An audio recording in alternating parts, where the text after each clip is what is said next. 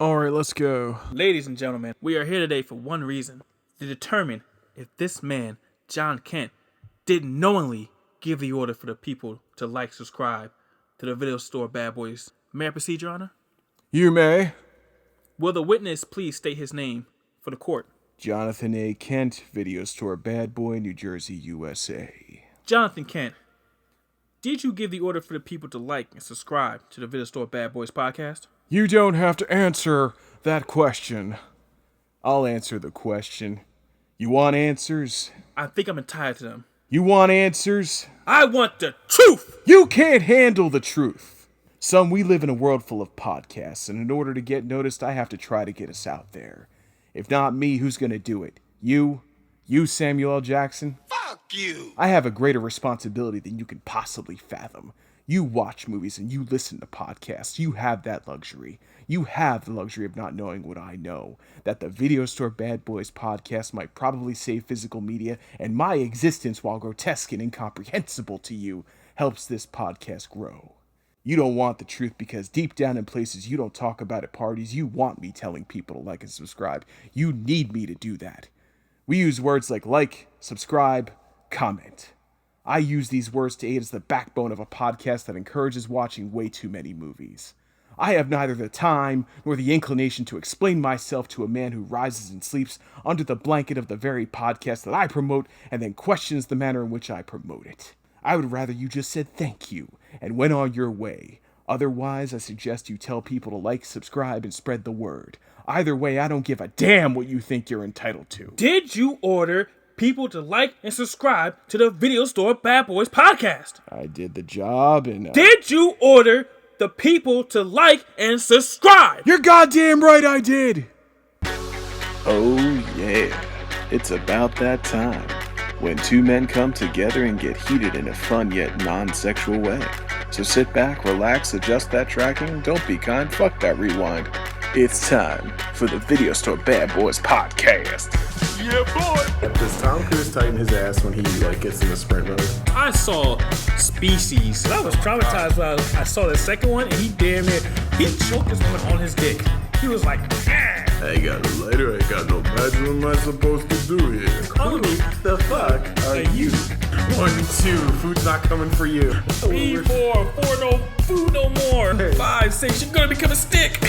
7, 8, you wish you ate. 9, 10, you'll never eat food again. So, titties. Titties in action. Go together like peanut butter and jelly. And now, your Video Store Bad Boys, David Coy and John Kent.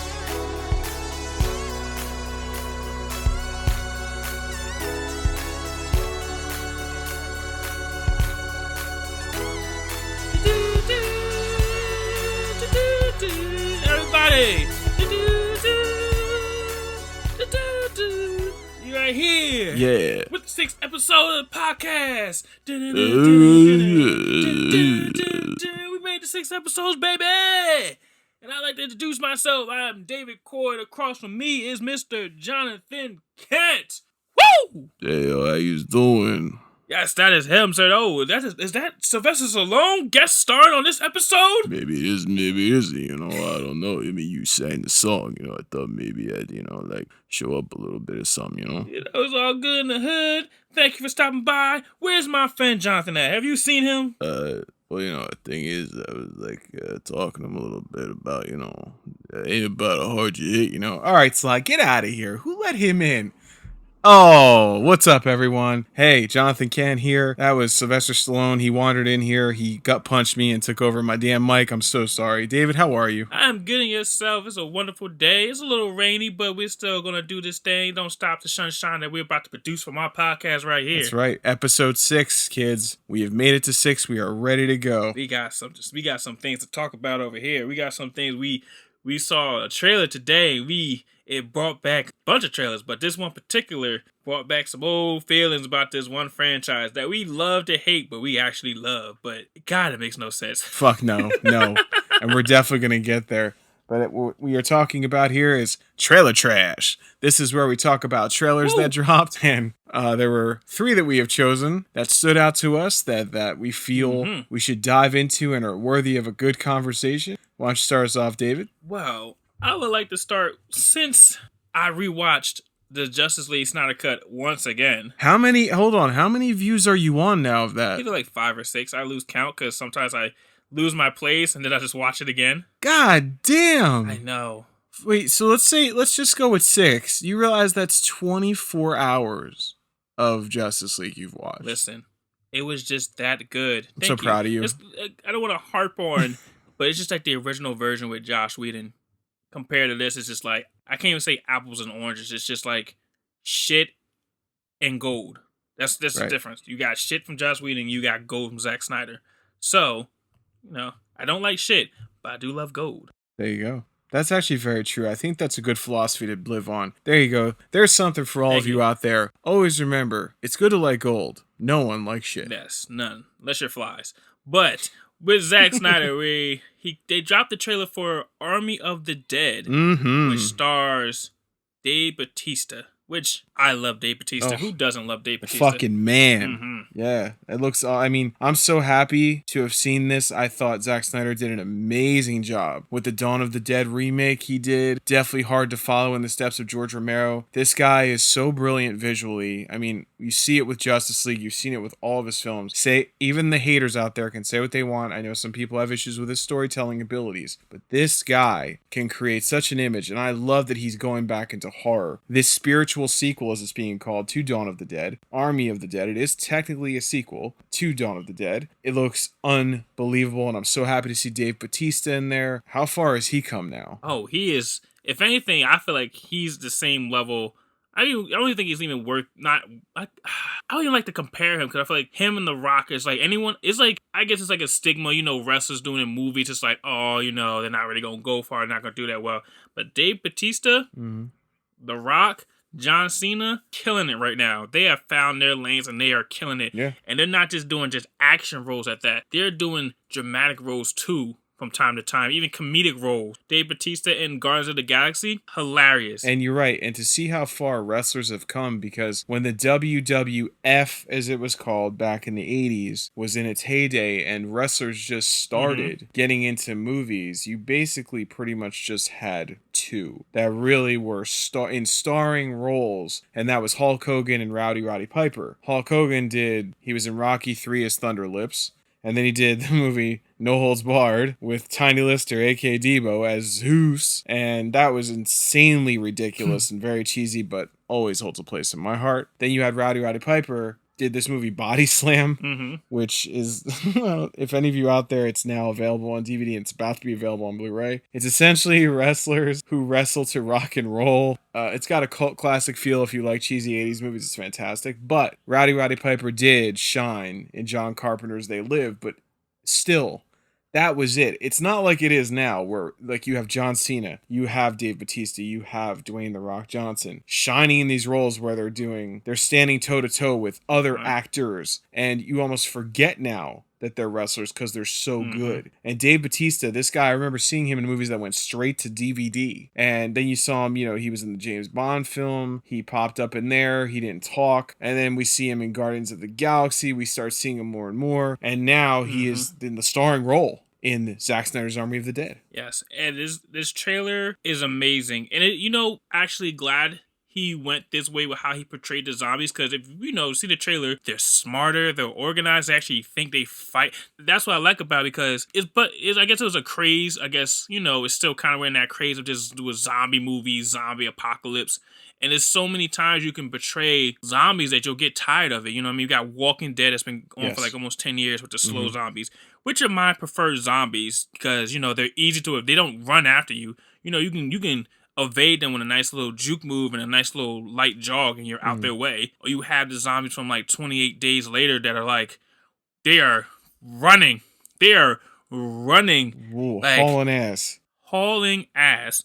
So you got, there's different ways that, they're trying to, see all these different types of zombies, you know, it's like after a while it's like, all right, we see them all. Or you can have the comedic twist like in Zombieland. You know, they kind of run, kind of walk, but the comedic role or the comedy of the zombie genre. So, you know, it's like Yes. you can do but so much with the zombie genre. This is like a fresh take on these zombies, which I like to watch, don't want to encounter. I mean, this all started with George Romero's Night of the Living Dead back in the 60s. This little low-budget movie made in Pittsburgh. And so low budget and so not knowing what they had. I remember him saying in an interview that they threw the film reel, the actual film in the can, in the trunk of his car to go drive it places to show it. I mean, this was something no one thought would be as big as it was and inspired everything. And like you said, the zombie craze has happened ever since. It's been done so many different ways. So to see this way, like you said, and even in Dawn of the Dead, sort of Zack Snyder did it a little differently, but now he's expanded on that even more. And the visual, this guy, man, the way he sets it, the setting, the way the zombies are done, it almost feels, and I mean this in an absolute compliment, it almost feels almost like a cinematic video game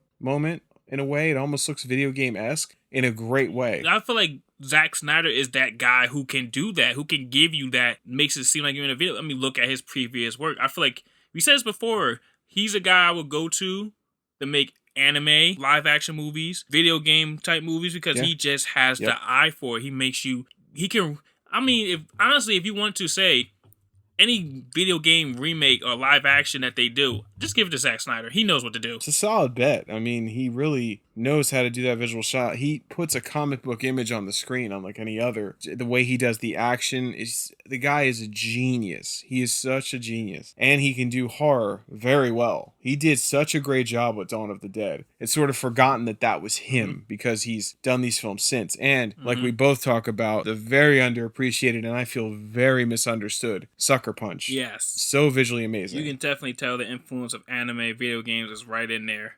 So Army of the Dead, I cannot wait for this to come out. Like I said, the cast does look amazing. This is like a militant group that knows what they're doing. So imagine if you had them against regular zombies, it would be they'll just walk through them. I feel like there would be no conflict. So you see it, like we saw I saw Dave Bautista running across tables, shooting zombies in the head as they're diving, dodging bullets, coming after them. I was like, I want to see this because I want to see how do they make it out of this. Yeah, it does. It looks like it's no joke, man. It looks like they're pretty fucked and it's a bet. And that's great because the stakes are very high, but he's obviously set up a team that's no joke. It's almost like the Predator, you know, like this team of badasses that, you know, if they're in trouble, then there's a major problem. And I love also the fact that they've incorporated a heist and sort of stealing the money in Vegas. Like, this is going to be so much fucking fun. Yeah, they make it seem like the guy came to him, looked like it was so easy to do. Like, yeah, you know, just take, you know, get the money, that's it. We'll pay you $50 million. I'm like, oh, cool. But then you see it's Vegas and it's like walled. I guess, I don't know if it's walled. I probably saw something, but it just looked like that's where all the zombies are. Why don't you guys, it's like they always leave something out. It's like, yeah, it's going to be an easy job. And then you get to the job. It's far from easy. No, when you get that big sort of overhead shot and you see how many zombies there are, I actually said, holy shit, like it looks so good. Did they say when it was coming out? Oh, right now I'm looking up, it says May. Yeah, Friday, May 21st, Army of the Dead is being released. I'll say with that, we can go to the next trailer that we have, which was, I would say so, a favorite of ours. Oh, dude, yes. We loved it. Oh, it was the Hitman's bodyguard's wife. Am I saying that right? Yes. Hitman's wife's bodyguard. Yeah, that's the sequel to the Hitman's Bodyguard. The original movie featuring Ryan Reynolds and Samuel Jackson that you and I saw in the theater and had a fucking blast watching. So entertaining, so funny. And the action was right on par with the comedy. Sometimes when they mix those two genres, action and comedy especially, one tends to kind of outdo the other. But here, it really is sort of a perfect balance of both. Oh, yes, because it's two people I would never really think would go well together. Is Ryan Reynolds and Samuel L. Jackson. Two of our favorite people. Deadpool and Nick Fury. Ooh, I can't wait for them to be... Oh, yeah. Side note. Imagine all the jokes that Ryan Reynolds can do as Deadpool when he looks at Samuel L. Jackson. He's like, didn't I do a bodyguard job for you once? Didn't I help your wife? I'm telling you, David, they have to do it that Nick Fury has a certain mission that he has to force Deadpool and Wolverine to go on together. Hugh Jackman, Ryan Reynolds, they're Deadpool, that Wolverine. Nick Fury sends him. He's like almost like the captain. You make fun of the classic buddy cop action movie, and Nick Fury is the bitter captain. That's essentially the character types you could play with in this. And make it R-rated, and I will give you every penny I own. Hugh Jackman gave up the claws, but just to have him just come back just for those two reunions. You understand, he left the shitty 20th Century Fox X-Men universe. That's what he was done with. He did say, I do remember him saying that if they asked him to appear in Avengers, he would. And him and Ryan Reynolds are always busting each other's balls. They're always making those hilarious videos together. They have such an amazing friendship. Deadpool's from the X-Men world, and you had the hilarious scene, of the inclusion of Hugh Jackman into the Deadpool movies in ways where he's not actually there is still brilliant. But come on, man, this has to happen. Yes, like I said, if we can bully WB to give us a Snyder Cut, we can bully them to give us this. And also, Marvel, Disney, they're pretty good at doing, what the fans want. Unlike Warner Brothers, yes. Oh, Warner Brothers. But this Hitman's Wife's Bodyguard, in terms of a sequel, this looks very solid from what I'm seeing. The laughs are very funny. Ryan Reynolds is back in his bodyguard role. It looks like he's trying to step away and go on a vacation. And as he has his earbuds in, he's just trying to read a book, The Secret, and all hell breaks loose behind him. And next thing you know, Salma Hayek grabs him, and he's like, "What the fuck?" Oh, it looks so good. And the fact that, she brings him back. And also, Salma, I can never pronounce names all of a sudden now. Salma Hayek, she was amazing in the first movie, too. So now that she gets to be, in the first movie, she was, pretty much stuck in jail. But now she's out and she's just as nuts as Samuel L. Jackson's character. Yeah, she's kind of forgotten in that first movie. And you don't really equate Salma Hayek with comedy. But I have to admit, she was fucking funny in that first movie. Oh my God. If you forget that she was in that cell with somebody else, that she may just stand in the corner and was like, "Don't you look this way. Don't you look over here." And it looks like the same quality is coming for the sequel. It looks like nothing was cheaped out on. The cast members are back. It looks like it's just going in everything in the right direction. All the laughs in the trailer actually were funny. Sometimes they put those shitty lines in trailers where they're trying to force a laugh, but you're like, it's kind of stupid. But this looks really good. And they play off well with each other. Ryan Reynolds, Samuel Jackson, Samuel Hayek.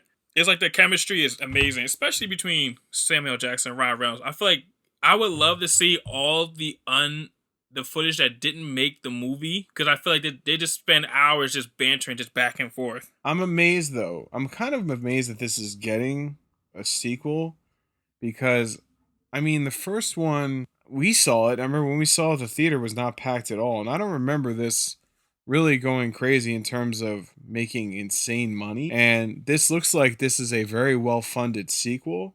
And I'm happy to see it. Don't get me wrong. I'm very happy to see this, because it's like, wow, this really is happening, but also a little surprised. You? Yes, definitely the same. It did well. And of course we loved it, but I don't think everyone else, I think it got mixed reviews to good reviews, but people enjoy it. It's like one of those movies where it's like, it wasn't made to be the best movie, but it's just entertaining. I'm looking up now, it made $176 million on a budget of 30 to 60 million. Oh yeah, well then there you go. That's a hell of a profit. That's why it did do well. Sometimes when movies still do well, they don't make sequels. I'm just happy, thank the stars, that we are getting a sequel to this. So it's supposed to come out June 16th, 2021 this year. Yes. Yeah, and it was originally supposed to be out August 20th. The same director, by the way, is returning, Patrick Hughes. Patrick Hughes directed Expendables 3.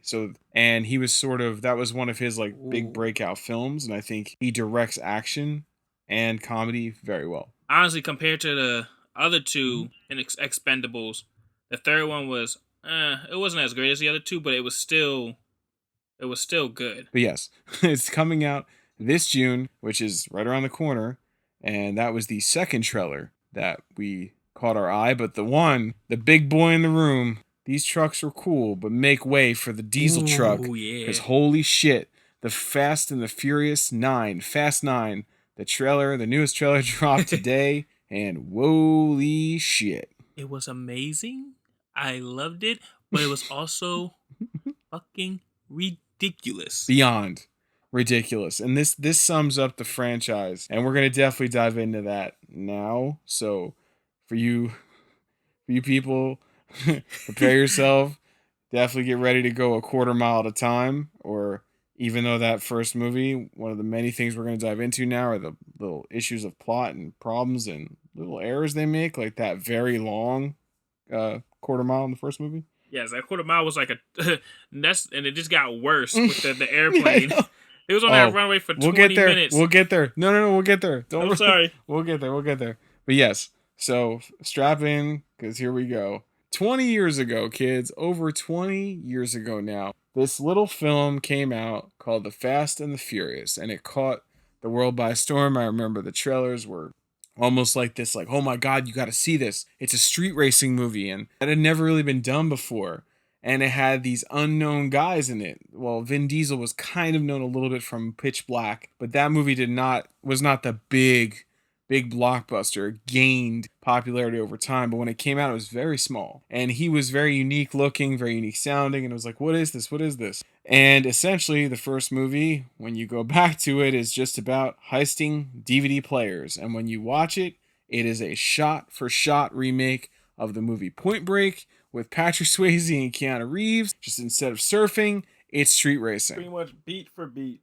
But I mean, it was a very entertaining movie. I feel like it like showed the like street racing culture in a new light, and it just it was very popular. It was very by the numbers, just street racing compared to what it is now. It just evolved. But we'll get to that. But I mean, the first one, is, and then you think about it, it's very dated in a sense too, because they were still in DVD players.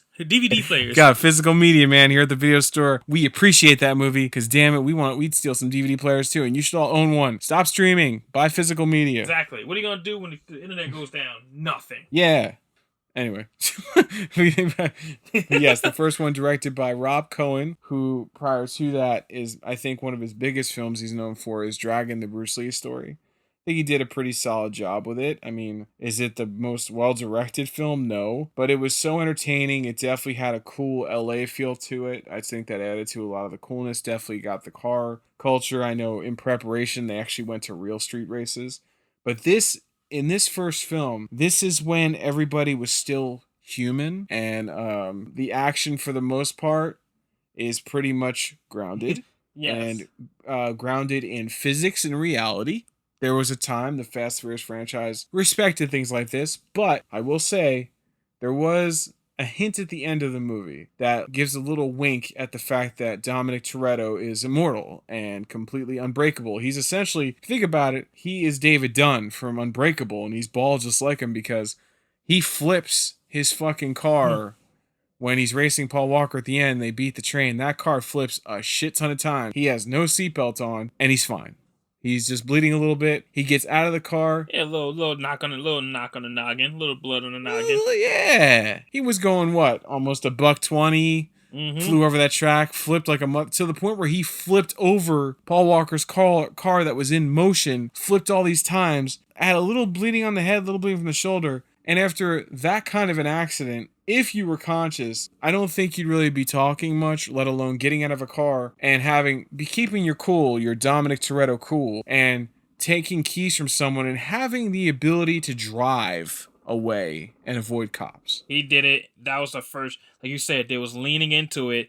It was just enough to believe, yeah, you can survive that, but you can still be hurt. Not like, John, we're going to get into it. We're going to get into it. So remember, Brian O'Connor, played by Paul Walker, is a cop who at the end of the movie hands the keys over. He's pretty much the only thing about this franchise is it just makes it seem like, hey, look how much fun crime is. And it kind of paints a bad light. There are always odd moments, like especially getting back to the beginning of the first one, after the opening street race, something that's always bothered me is the only time you see Dominic driving something that's not muscle. He drives a Mazda RX-7 in the first opening race, and he ditches it in this garage after. And he's just walking down the street, and this cop stops and goes, Toretto, which He just runs. Like, why? You're not driving a car. What are they going to get you for? You're walking down the street in the proximity of a street race. So, what did you do? I don't know. But also, did he ever go back and get that car? No, David, and that's something I wanted to mention. That fucking car is in that goddamn garage to this day. There have been 9 movies we're on now.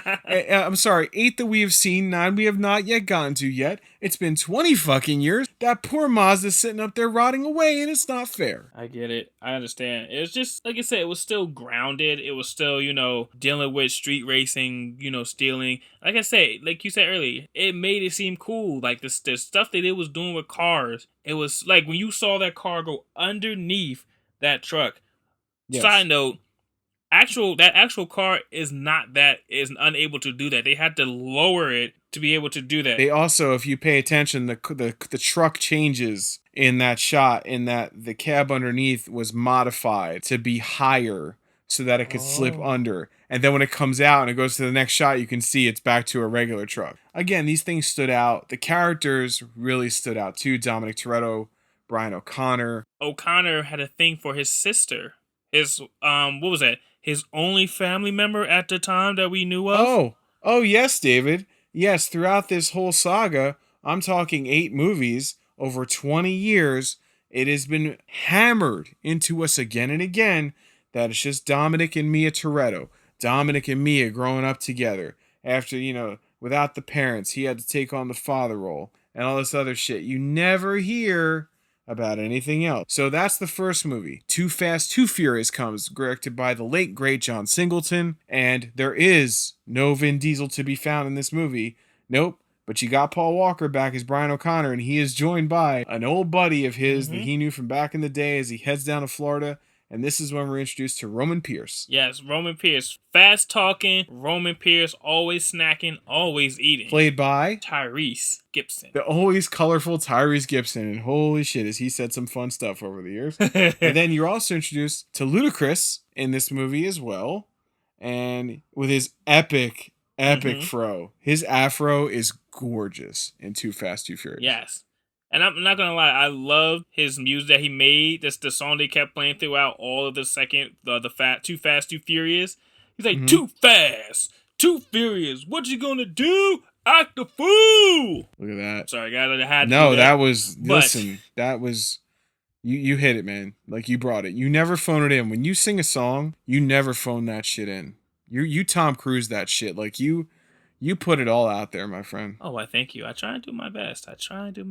You succeed. But yes, the Fast and Furious with Tyrese, New Edition, Ludacris. It was pretty much the same thing. Heist still revolving around cars. Yeah, a little cheesier. Definitely critically not as well received as the first one. I think the absence of Vin Diesel kind of was not enjoyed as much, but the movie's still very entertaining. It's a lot of fun. You're also introduced to Eva Mendes, and Eva Mendes in this movie. Hello. Mm-hmm.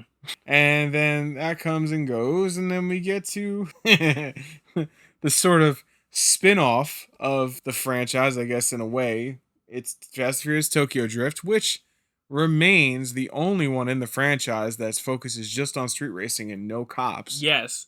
And still, same thing, crime. But like you said, it is the last one that really sticks with it. Right. Which people don't love, Tokyo Drift. I love Tokyo Drift. I feel like it's another. It's what I feel like the franchise was trying to do in the beginning. Different aspects of the street racing culture. Yeah. Which is another one part of that perfect place, Tokyo, and just drifting. When you saw drifting, I was like, "Oh, this is so cool!" It was cool. And I feel like what else? I think like Need for Speed came out with a game too that focused with drifting as well. So it was just like it just all came together at the right time. Yeah, like I wanted to learn how to drift. Yes, and this was the introduction of the very awesome director Justin Lin. This was the first time he directed an entry. This is when we are introduced to the character of Han. And even though this is the third, when you go chronologically by time, that has changed, as it is actually the 6th. It would technically be after Fast 6, because at the very end, that's when Statham shows up, Dominic Toretto, and does all that shit. And now, yeah, it's funny when you go watch this now, because when when Jason Statham shows up at the end of Fast and Furious 6, putting it at the year it was, because, okay, Tokyo Drift came out in 2006, and it's very, very, very 2006. Am I right in that? Very, because I remember seeing when Bow Wow's character got into an argument over an iPad, or not iPod. And when I mean iPod, the iPod Classic, like with the little circular thing. And the phones. Yeah, exactly. The flip phones and all that. Yeah. Even the cars. Even Uh-huh. the car. He had I think that little boxy Scion that everyone had at one point. With the Hulk foot. Yes. So you're telling me this is supposed to be after Fast 6? Which was in 2013. 7 years after this film. Exactly. So you're telling me they didn't think all this through? No. Whatever. Fuck it. Look, at this point, I think everyone's just... The world doesn't unite on much, but oddly, this franchise, the whole world's like, we don't give a shit. We're all in. So, you have Tokyo Drift, which introduced... The funniest part now is that Han was the supporting character. He was sort of... Like a mentor? Yeah, like a mentor. Yeah. And the star of the movie was played by Lucas Black, a.k.a. Forrest Gump of the Tokyo Drift world. I mean, this dude, oh my God. His character's name is Sean Boswell. And he does fine, but it was just... I think it was just kind of jarring to see this guy who's... very different from Vin Diesel and Paul Walker, which everyone kind of figured the franchise was at this point. And he's got that hard southern drawl, and it's a definite culture thing, him being in Tokyo. The fact that he, spoilers, becomes the Drift King is kind of like, what? And then in Furious, was it Furious 7? Like at the very, you don't see him again. Like you really only see him in that one very quick scene when they try to tie the timelines together, and he blatantly looks older in Furious 7, which was in 2015, which is 9 years after this movie, and they try to hide it, but he looks it. But anyway, in this one, in Tokyo Drift, at the very end, you get a little cameo, which looks blatantly like he was filmed completely by himself. Yep. Like they try to blend it together, but I don't even think he's in the same place as Lucas Black. Yeah, they probably did it like at the end, like, yo, you know what? Let's add him in. Let's just put him in there just for the heck of it. Right. Because honestly, I feel like if they didn't put Vin Diesel in there, the franchise probably would have ended right then and there. It would have been done. But that's what we're getting to. Vin Diesel. You hear that at the very end when Lucas Black is the Drift King. You hear, this guy wants to race you, said he knew Han. And that's what you see. Everyone, of course, it's in Tokyo, but leave it to Vin Diesel. He somehow got a lowrider muscle car to Japan that he's sitting in his, traditional white t-shirt that Dominic Toretto always wears. And he essentially challenges Lucas Black to a race. And this is the scene that is sort of, that's in Furious 7. Like right after this, he kind of talks to him a little bit. It's supposed to be blended together, but it you could tell the time difference. He says, this ain't no 10-second race. And he's like, I didn't know Han was into muscle. And he's like, he was when he rode with me. And it's like, what? What is this now? But Han is dead. Is he? And that's what leads to the next movie, Fast and Furious. This is when, obviously, I guess the Riddick franchise went a little cold. Pacifier didn't do as well as he thought. So Vin Diesel was like, I guess I gotta go back and race. It reunited him and Paul Walker in Fast and Furious, the fourth entry, got the old gang back together, and you got to see Han, where you're like, wait, he's dead. What? But this is sort of what happened before Tokyo. No.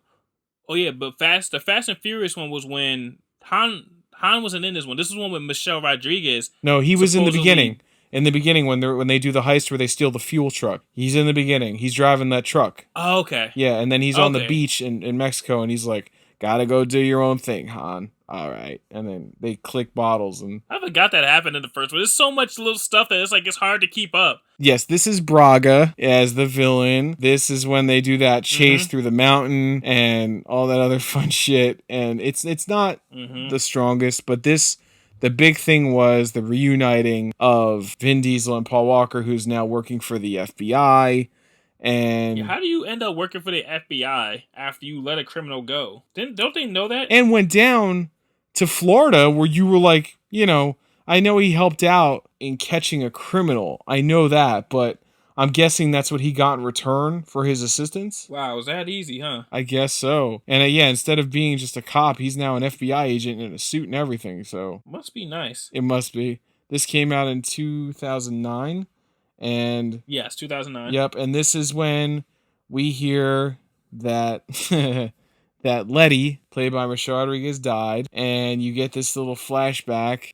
This car flipped over, and watching this the first time, this is where we're gonna get into. See, I hear you huffing and puffing already. I know, you already know. It's just where it's like each movie gets a little bit more ridiculous, a little bit more, and this is where it just kicks off to a whole nother. It's like, oh, come on. Yes. Now, you see that it's not this that she got into an accident. She got shot.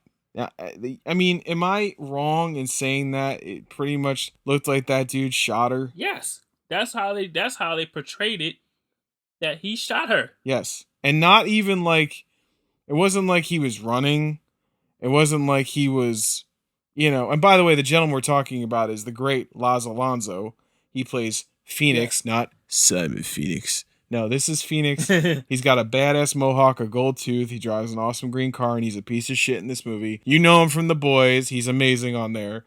But this is like an earlier role for him. And he kills Letty. And we also get introduced to Gal Gadot as Giselle in this film. And she's kind of she makes a little flirties with Vin Diesel. She definitely, I think, didn't they like kind of date a little bit? I don't know. Am I wrong? Or was just a flirting? I mean, let's get blunt. All right, kids, Daddy's going to talk a little adult now. He fucked her, David. He fucked her hard. We gave it an old Vin Diesel. Oh, yeah, he fucked her fast and furious. We can just keep going with all the puns. Okay, we're gonna. It wasn't no 10-second race. You know the thing about when you fuck a girl on the street, David? The street always wins. Oh my god. Can't even get to that part yet, people. Wait till we get. Woo! Oh my god, this gets ridiculous. Oh yeah, this is not even close to what's happening. So let's try to move this along. So the big baddie in the movie is Braga, and they find out this guy with a pink tie ain't Braga, and then this whole thing happens, and then Vin Diesel gets a hold of Phoenix at the end and drives a car into him, and he dies, and then that ends, and you figure, well, Letty's gone, and this is also. Oh, before we get to, I want just this one point with Fast and Furious. Go ahead, please. One, it's just a title. It's the title. The original title is The Fast and the Furious. This one's just called Fast and Furious. They just dropped the. Can you do that? Pretty much, you can. I mean, John, they have sequels named after the other sequels, so it's just like Suicide Squad or The Thing. 2 movies called The Thing. Made probably within, I mean, granted, they're probably made like 30 years after each other, but it's like, still, one's man. a prequel, one's a sequel. Why would you name them both? So right now, if I want to type in The Thing, I will be so confused of which one I want. It's bullshit. Yes, but back and they did that here. Yes, but back to Fast and Furious, how the end is pretty much Toretto was on the run, blah, blah, blah. Oh, yeah. So he got arrested, right? Yes. But if he was to help out the government, they'll, be lenient on him. Obviously, they don't. No. A lifetime of crime is not outweighed by a lifetime of good or one good deed, blah, blah, blah. Unless you're Brian O'Connor, then you get promoted to the fucking FBI. Right? Exactly. Bullshit. So then he's on a prison bus, and what happens, David? Oh, they break him out. They bring it back to the old school original with 3 black cars. Who was it? It was Paul Walker. It was Jordan. It was Mia. And what was the last person that helped him out? I feel like there was one more car. Did he not even... Oh, it was the 2 guys. Oh, yes. Don Omar. I think it was Don Omar and... Oh, I forgot the other name. Tego. It's Tego and Don Omar. Tego and Don Omar. Thank you. That's what it was. But you don't see what happened. You see Vin Diesel get his little smirk going and credits. But don't worry, because as we start the next entry, Fast 5, ladies and gentlemen, is officially when the franchise decided, you know what? Fuck reality. Fuck it all. We are going to start breaking some fucking rules. And let me tell you, they break them hard, but it's the introduction of Dwayne Johnson's character, Luke Hobbs. Oh, yeah. That takes it up a notch. I feel like you said, this was like the highlight. Like I feel like this might be everyone's favorite. This is where you can really, it's like each movie kind of, deters just a little bit, changes a little bit course. But Fast Five is when it just, if you look at the beginning of the franchise to where it is now, the point you can probably pinpoint where it all changes is Fast Five. Yep, 100%. I mean, Fast and Furious, the fourth Fast movie, did okay, but it all stems from the Vin Diesel on his social media just decided to start asking fans, what do you guys want to see in the franchise? And someone was like, hey, we'd love to see you square off with Dwayne The Rock Johnson. They're kind of had that similar kind of feel of Stallone and Schwarzenegger back in the day. Mm-hmm. And it was, we never really got to see them properly together till they were much older. Not so in their prime, we never got that opportunity to see them square off. And in this movie, Dwayne The Rock Johnson, as I said on the previous podcast, he played an amazing character in Fast Five. Luke Hobbs, they say he's like Old Testament. He's such a bad motherfucker. He's got so many distinctive ways about him that make this character cool. He's got this badass goat. Yeah, it was that goat. Oh, he was always sweating. Always. Like he was a no nonsense type of guy. And this character changed, unfortunately, in my opinion, for the worst as the franchise went on. We'll get into that. But right here, he is the real Luke Hobbs. And you start out, you get to see what happened with the heist, with the breaking Dominic Toretto off the bus, and the car fucking drives in front of the bus, and the bus somehow that flips a bus, all this nonsense, and then the bus flips all these times, but once again, Vin Diesel's totally fine, no problem. And they get him out. Mia and Brian are on the run, and they reunite with Vince, who we haven't seen since the first film. They're below the border, and Vin Diesel meets up with them. Then they do this like train heist, which is like very Western-esque. And that's when you find out that Mia's pregnant, and they're on the run and everything else. And now Brian is no longer at all a law enforcement officer. He's on, Vince teases him how's it feel to be on the other side, blah, blah, blah, blah. And that's when they call in Luke Hobbs to chase him down. Yes, and like you said, Old Testament badass.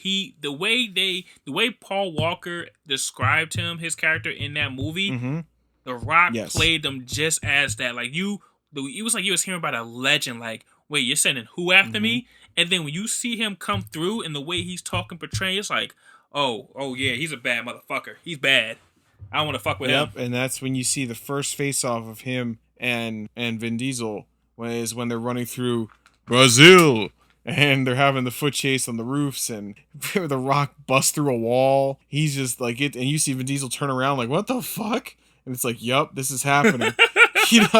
And it's just nuts. It's just, this is when the crazy really kicks in overdrive. Yes, it is. One of the highlights is when they're walking through, like they're looking for Dom in the town. Oh yeah. And like they're in this gang territory, and these guys are walking around with like these guys, they're like gang members. They're walking around like they come out of nowhere. They got all these guns. Like what you want. The Rock and his team just pull out their guns. They was like, oh, never mind, y'all good. He's like, yup, didn't think so. So badass. But yeah, he's chasing after them. It's amazing. And then that's when, they're in Brazil. They, think of now the heist is coming together. It's like, all right, we need to rob this guy. But go ahead. They decide to have a little fun with Dwayne The Rock Johnson. And they pretty much have a tracker going. And they tell Hobbs, Dwayne The Rock Johnson's team's like, yo, we got Toretto. We got him. And they show up, and it's pretty much like a very familiar sight. Looks like a street racing kind of atmosphere. And there's Dominic Toretto and Brian O'Connor sitting there chilling, drinking beers. And the fucking Rock shows up, and he's like, put your hands behind your back, you son bitch. He's like, what? And Vin Diesel, in his beautiful, cool asshole way, is like, why? He's like, you're under arrest. He's like, I don't feel under arrest. You feel under arrest, O'Connor? He's like, no. You see the Rock like, let it sink in. And then they have a face-off, face-to-face, where kids, look, all right. This is when you realize two things visually. One, Vin Diesel is not as tall as The Rock. Sorry to ruin illusions, but he's definitely standing on something in this scene, because you don't see their feet for a reason. Number two, you really kind of notice from the first movie, Vin Diesel got a little lazy with his workouts. Just saying. Yes. When you see the shape of The Rock is in, standing next to Vin Diesel, it's like, I don't think this is a contest. Sorry. Also, I don't even think The Rock even like spent a day of not working out. I feel like he's always working out. Right, but they kind of put it in there through, especially in the first movie and all. And Vin Diesel's in amazing shape in the first Fast and the Furious, and he has this like brute strength. He's known for his strength, and he's supposed to be very intimidating. And they want to really match it up that these are two titans that are going to face off with each other. Don't get me wrong, Vin Diesel has muscle. He could probably throw me through a wall. I'm not even gonna go there, but just saying. Here he looked a little sloppy. Gut was kind of saying hello. Just looked like he didn't quite hit the gym as hard as he should for being the star of an action franchise. And if I knew I was going to be facing off with The Rock at all or sharing a scene with him, I am sticking needles in my ass. That's right, I'm taking steroids. Fuck it. I'm hitting that gym. I'm starving myself. I'm going to do everything I can to look as huge and as lean as possible, which I just feel he didn't quite look that good when he's standing next to him. You're right, he didn't. And also, again, he is sweating his ass off, The Rock's character. Dude, I'm going to say this on the record. I stand by this. I'll stand by this to the day I no longer breathe. And that is, I feel the sweatiest film ever made is Roadhouse. Okay? With Patrick Swayze. Yeah. Where he played a bouncer, I feel that is the sweatiest movie ever made. However, in Fast 5, like David said, no matter where he is, no matter what he's doing, Luke Hobbs, Dwayne The Rock Johnson, is sweating like a motherfucker all the time. And it adds to his, and it makes him glisten. It makes the muscles and everything just fucking, look at this man. Look at him. He's got this intense, crazy-eyed stare down with Vin Diesel, where he looks like he wants to rip him apart. And then everyone there pulls guns out. Luke Hobbs just gives him this look like, okay, I'll leave for now. And so that goes. But then they plan this heist. Yes, also, we forgot to mention, they bring back the old team back. I mean, they bring back Ludacris's character, Tyrese's character, Gal Gadot's character as well, Han. Yes, Han's here, so you have all the franchises brought together. Everybody's back, and now they have to steal, they have to break into a police station, this corrupt police station, to rob the safes, right? Mm-hmm. And they realize, though, that for part of this, they need to steal some police cars. So you would think if you're stealing police cars from a police station, you'd probably want to do that in a subtle way, right, David? Yes, but no, that's not what they do. They race down the street. Mind you, it's cool. You can race down the street. I guess that's not too loud. But Tyrese's character turns on the siren. Obviously, I guess it's supposed to be, a quarter mile? What was the end point of that race? They didn't really give, a point where it's like, all right, that's the end, did they? No, there was no ending, but we found out that Brian won, but only because Vin Diesel's character let him. He was like, because it's like, Vin Diesel at this point is the top dog. He is the alpha. He is the leader of this. Yes. So, of course, he could not lose in any respect, but he let Brian win. Yeah, Brian has never beaten him. That was a running joke throughout this movie. He didn't beat him in the first movie. In Fast and Furious, they raced again. He couldn't beat him. And it's just always something that bugged Brian. So he figures, I owned you. Then you find out it was a baby gift, and then Vin Diesel's like, I don't know what you're talking about. Mm-hmm. And so they're getting ready for the big heist, and that's when we're skipping over stuff. I'm trying to hurry this up because we have a little more to cover. But I have to get to this moment. Vin Diesel loves his car, obviously his muscle car. It's his baby. Yes. And The Rock fucking takes his amazing his SUV from hell, his fucking Hobbsmobile, and just drives it right into it. Mm-hmm. And Vin Diesel's like, big mistake. And they fucking go at it and beat the shit out of each other. And it was glorious. It was, like I said, it was right before the heist. They found him. He crashes into his car, and this is the moment we all been waiting for, was this fight, and they did not disappoint. No. But obviously, I don't know when Vin Diesel got this hidden strength from when he saw his sister just getting arrested. He just Hulk out, and just started, because The Rock had him. The Rock had him. I don't give a shit what martial arts you know. I don't care how tough you think you are. If The Rock, I'm talking the size he is in Fast 5, gets those arms around you, it's over. That's what's odd, is there's no explanation as to why. Vin Diesel looks at his sister and he goes crazy. See, he gets the crazy eye and he loses his fucking mind and somehow gets this, like you said, crazy strength to where he just spins around and overpowers Luke Hobbs and beats him to the floor and then picks up a wrench because it goes back to in the first film, the race car driver that killed Dominic Toretto's father on the track, he lost his mind, took him to the ground, and beat him with a wrench so bad the guy had like brain damage to the point where he worked at a high school taking a bus every day. So it was kind of a little subtle callback to that, and you see him stop next to him. He doesn't kill Hobbs, and then this is like, let's be bros. It doesn't stop them from pulling this heist, and this has to be because a lot of the crimes the Fast and the Furious crew commits pretty much remains, there's no effect on people, bystanders, anything like that. But holy shit, David, they had some effects on some bystanders with this. Why don't you tell the folks what they did? So what they did was they got 2 muscle cars to drag out this safe across town.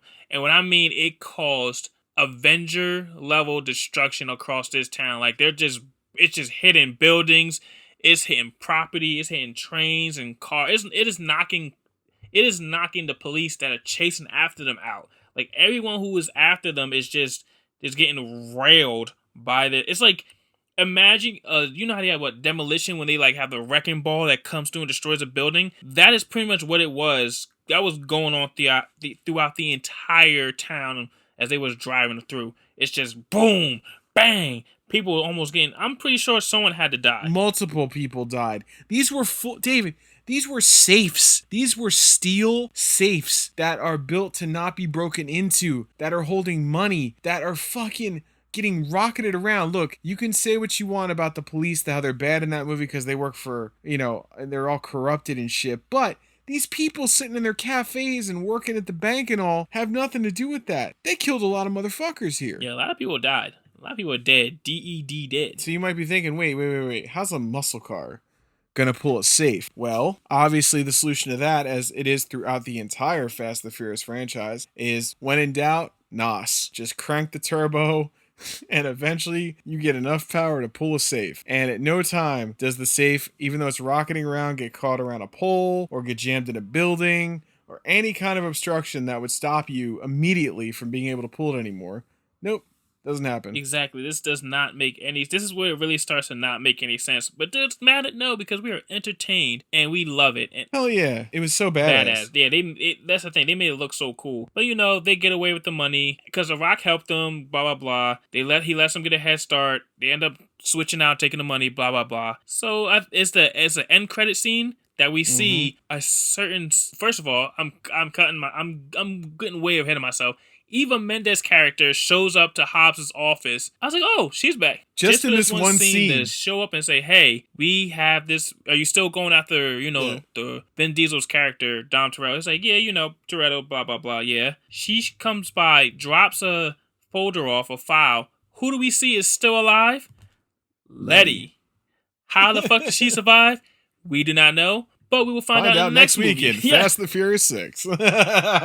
Yes. Oh my god. And then this is when, holy hell, Fast and the Furious 6 comes with a vengeance. Justin Lin returning in the director's chair. Oh man, the whole gang's back. You got Han and now Gal Gadot have sort of started a little romance thing going. You got everybody coming back, and this is when the team meets their European counterparts. But it's like a mercenary organization led by Owen Shaw, played by Luke Evans. To the first family member of the Shaw family. And get comfortable, because this family is big. Big, yes, very big. They play a very big part. But yes, and a part of this team is Dom Toretto's former lover, Letty Ortiz, who has somehow survived being shot. And she has amnesia. She does not remember. We left something out. What did we leave out? We left something big out. What we did? Because it was believed that Letty was dead, in Fast 5, there was a member of Hobbs' team, played by the woman who is currently married to Chris Hemsworth, the lovely Snack. Oh, yes, yes, he did. And the whole thing was, like, she was chasing him down. She took the cross that Letty, Vin Diesel always, all right, this is so fucking all over the place. They kind of like he's worn this cross, this shitty silver cross throughout the movies. Then they want to sneak it in there, which I did not notice until this movie. I'm sorry, I don't remember this. He wears it all. Okay, he does. Okay. He wears it throughout. And what's crazy is this girl. Her name is Elena. She's played by Elsa Pataki, the wife of Chris Hemsworth. she finds it, and then they have this sort of moment together, and this is what's fucked up. So the beginning of this movie, Fast and the Furious 6, you see that he wakes up next to Elsa Pataki, aka Elena. They obviously did the hippity dippity. They got nasty. Dippity dippity dot. And that's when Dwayne The Rock Johnson shows up and says, yeah, I need you. You're going to help me. And he goes, no, I'm not. He goes, when I show you what's in this folder, you're not only going to want to help me, you're going to beg me to come along. And that's when he opens the folder and sees Letty. Mm-hmm. And this is when he leaves Elsa Pataki, aka Elena, who lost her husband. And they kind of leave it at that. Kind of fucked up. Because she's a nice lady. Yeah. But question. Yeah. Did she quit the force? Like, how does this work? Like, I feel like people just leave. No. Get with criminals. Well, it's addressed in the beginning of Furious 7, David. We're not there yet. I know. Okay? It's just, I just want to remind the people that this franchise is all over the place. Dude, it does not make logical sense. Okay? No. You have to, it's not only do you have to disbelief with action, these guys are doing, superhuman feats. Okay, cool. That happens in movies. Action movies. But the things that are going on will make you scratch your head and you're just like, what the fuck? This does not make sense. But yes, continue, Jonathan. Oh, thank you. And this one definitely, again, I can't emphasize this enough. This is the one where shit gets very nuts. Very nuts on every level. This is definitely, if you thought Fast and Furious, Fast 5 was the, what? This one, oh my God. Really should be pointed out. The Rock was big in Fast 5. But here, his physique got even bigger, which was like, how'd that happen? He doesn't skip. He just doesn't stop working out. He just keeps going. No, and yes, this is where we're introduced to Shaw, played by Luke Evans, and they are the counterparts of all of the Fast and the Furious, the cast we know and love, Vin Diesel, Paul Walker, Jordana Brewster, Michelle, all this shit. Well, anyway, they meet their counterparts. They're sort of running around these cool metal cars that you can kind of drive head to head with them and you'll just jump off them. They have these ramps on the front. It's hard to explain. You have to just see it. But anyway, they go to Europe. And as you notice in these movies, David, I think you pointed this out. No matter where they go in the world, Craig, the world, it doesn't matter where he ends up, always has a car, not just any car, a muscle car ready to go that is completely tuned up, and he's always dressed in hip, expensive clothing that is appropriate for whatever racial group or setting he's in. It's like he's very fashionable. He always tries to kind of keep with the mood. Like, I get it, I'm in Europe, so I'm gonna dress a little Europe. But the thing is, it's the same exact car. It's the same color, the same make and model. It's like, how'd it get there? Yeah, how did it get there? How many of these things are there that you're making? Because it's like every time he drives these cars, they're getting messed up. It's like they're not just getting banged up or a little fender bender. No. They're being flipped, tossed, crushed. Yep. How many cars? Like, what is going on? It's like watching your favorite TV show. Your cartoon show, the character wears the same clothes every day, nothing changes. It's like that's what it's like with this franchise. Vin Diesel wears the same jeans, white t-shirt, or a tank top that never gets dirty.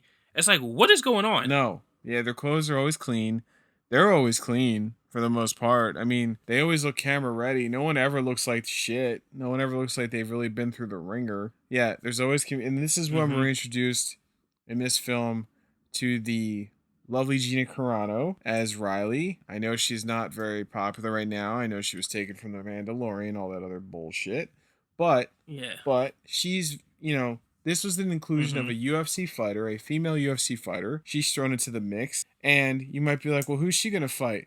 Well, similar to how Vin Diesel is, the toughest guy anywhere. It's only logical that his girl, Letty, is the toughest girl ever. So he reunites with Letty. But what happens, David, when he reunites with her? She doesn't remember who he is. She does not know who he is. She is... amnesia. The rider's crutch. Amnesia. Yep. Somehow, in that car, upside down, that flipped and was ready to catch on fire, and that dude shooting the gun, evidently he shot it. Now, correct me if I'm wrong. He shot it at the fuel tank, and... oh my God. My God, John. The car exploded, but somehow she was alright. Like, not even... no burn, no permanent injuries. Yes, it's just... It's annoying. What happens is... Paul Walker's character, I guess he goes back to the United States, to find out how did she survive. He goes to talk to Braga, and Braga pretty much tells her how did she survive this, which does not make sense, John. No. So so we see, the guy, after her, Lorenzo's character, Phoenix. car flips over. Phoenix, yes, flips her car over, knocks her, blah blah blah. She somehow gets out. Mind you, Jonathan. Now, if you're sent to kill somebody, you see the scene. Yep. The scene is played out like this. Yeah. He walks up out. He gets out the car. He walks up to her. Yes. He points the gun at her. Yes. I mean, he is like Right at her. 5 to 10 feet of 10 Not feet even away. Not even 10 feet. Less than that. He's so close to her, looking right into her eyes. By the way, Points the gun at her, and then for a Yep. quick second, tilts the gun towards the gas canister, shoots that. That blows up. Yeah. That sends her flying. Why? Mm-hmm. Why would you do that?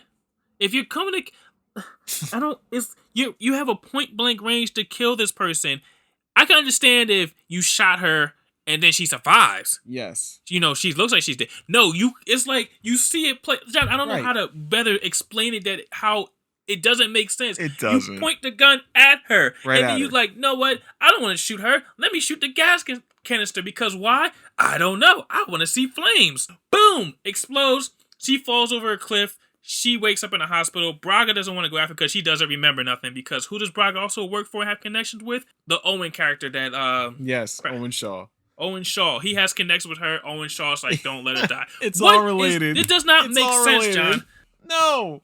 This dude was a local criminal in Brazil. What the hell would he be doing with this dude? You know what I mean? Like, it makes no I sense. don't know. But that's the thing that is, again, why? Tell me. I want to ask the audience, but I just want the audience to think about it for a second. If you Please. was, I don't want you to think about murder, okay, guys? But this is think about you have an aunt. No.